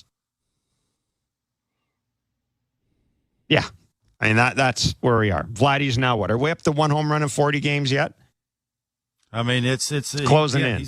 He's averaging about once a month. Once a month. That's not a lot. And that's he came up in the 6th inning today, and that dude was not afraid to throw him haters. No. Nope. And again, he come right after your him. opponents will tell you what they think of you. Yep. Every day they'll tell you what they think of you. And right now they're not. Fella. Yeah. Right now, you know what? If Vladdy wants to hit us, God bless, hit your 230 mile an hour single to right field. That's great. That's fine. Like seriously, that's where they are. Well, you know why we talk about the 230 mile an hour single to right? It's because that's all they ever talk about is how hard they're hitting the baseball, and it'll turn around. Trust the process. You trust that process because they're hitting the ball 230 miles an hour to right field off a changeup. Like, yeah. 416-870-0590, star 590, 1-888-666-0590. Gary, Ryan, we'll get to you, but we'll take a break. It's Blue Jays Talk with Blair and Barker on Sportsnet 590 The Fan. At Crown Rust Control, protection runs deep because every Crown Rust Control Center is owned by a local family who cares beyond business. Your Crown Rust Control is 100% committed to their product, to you, to their community, which is your community. Protecting you and what matters to you is equally important as protecting your vehicle. Did you know spring's the best time of year to protect your vehicle from rust? For a special spring offer, find your local family-owned Crown Rust Control Center at crown.com. Hi, I'm Buck Martinez, live from the showdown between pizza and inflation. First to the plate, with over 2 million sold, it's Fixed Rate Pizza, a hot and fresh extra-large 4-topping pizza for a fixed price of $17.99 until the end of 2024. Here's the delivery. And inflation strikes out. That's a swing and a drive for Fixed Rate Pizza. Lock in yours today. Order pizza.ca. When Blue Jays left-hander Yusei Kikuchi strikes a batter out, fans get to witness the Kikuchi K-Strut. What is the K-Strut? It's an arms-flailing, feet-kicking, fist-pumping, head-spinning, energy-recoiling, absolutely electric strikeout celebration that, well, you just gotta see it. He's something else, man. On Wednesday, May 22nd, strut down to the ballpark. The first 15,000 fans get a Yusei Kikuchi bobblehead. What do you say? Find your seats at BlueJays.com. Bring excitement to your landscape with proven winners, Color Choice Shrubs. These flowering shrubs and evergreens have been trialed and tested by experts to make sure they look better and bloom better, so they're just as easy to care for as what's in your landscape now, but a whole lot more colorful and interesting. Look for proven winners, Color Choice Shrubs, in the distinctive white container at your local garden center. Or learn more at provenwinnerscolorchoice.com. We're 2 men and a truck. So, you're moving to a new home, and all that's left to do is to call a mover you know you can trust. Well, naturally, you think 2 men and a truck, since you know they have lots of men and lots of trucks. They'll wrap, pack, and move everything you own. With a 96% referral rating and the professionalism you can trust, the choice is simple. For a free in-home estimate, call today. We're 2 men and a truck. 2 men and a truck. The movers who care. Not tomorrow, not someday. The home improvements begin today. It's game on with Timber Mart. Build that deck, raise that fence, landscape till your property is beautiful. Don't pay for 12 months on the Timber Mart deferred payment program. your locally owned, completely Canadian hub of building and renovation expertise. Get your Timber Mart credit card at participating locations and pay later. 12 months later. Conditions apply. Ask in store for details or apply at timbermart.ca. This is Toronto Blue Jays baseball. George Springer has given the Blue Jays the lead once again. On Sportsnet 590 The Fan and the Sportsnet Radio Network. In my cap to opposing pitchers. He was good. Been doing a lot of tipping. Well, they have been doing a lot of. They have been doing a lot of. I long for the days where the only tipping we had to worry about was pitch tipping. But anyhow, that's where we are. 5-0. The Chicago White Sox beating the Toronto Blue Jays at the Rogers Center. The third game of this series. 7:07 start tomorrow night. This is the soft part of the schedule, folks. 6 against the White Sox. 3 against the Tigers. You missed the Tigers' best pitcher, and according to Dan and Buck, if you look at the way the Pirates' rotation shakes out, you're going to miss Jones. You're going to miss Skeens as well. If you're the Blue Jays. So I mean, there's we've played the toughest schedule in baseball. Stuff that's over. Gary in Vancouver, you're on Blue Jays Talk. Have you got me? I do. You want to tip your cap to the White Sox or no? I've just talked to your producer, and by the way, he is really professional. I like him already. And I want to say something about your show. You guys are intelligent. I love listening to it. The only baseball show I really watch, and you are the one. You guys are the one I watch. And I'm not sucking up. I'm just letting you know. That's great. I appreciate that. I mean, you said I was intelligent. What word would you use to describe Barker? Oh wait, you were saying it was both of us are intelligent. I'm sorry. I must have. Both of you are. I must have misunderstood or Anyhow, go ahead, Gary. Well, I want to say this. Rogers, I don't know if it's TV or if it's or telephones, but somebody has to come down, fire Schneider, Mattingly. Get a manager that actually knows what he's doing. Mattingly, forget it. And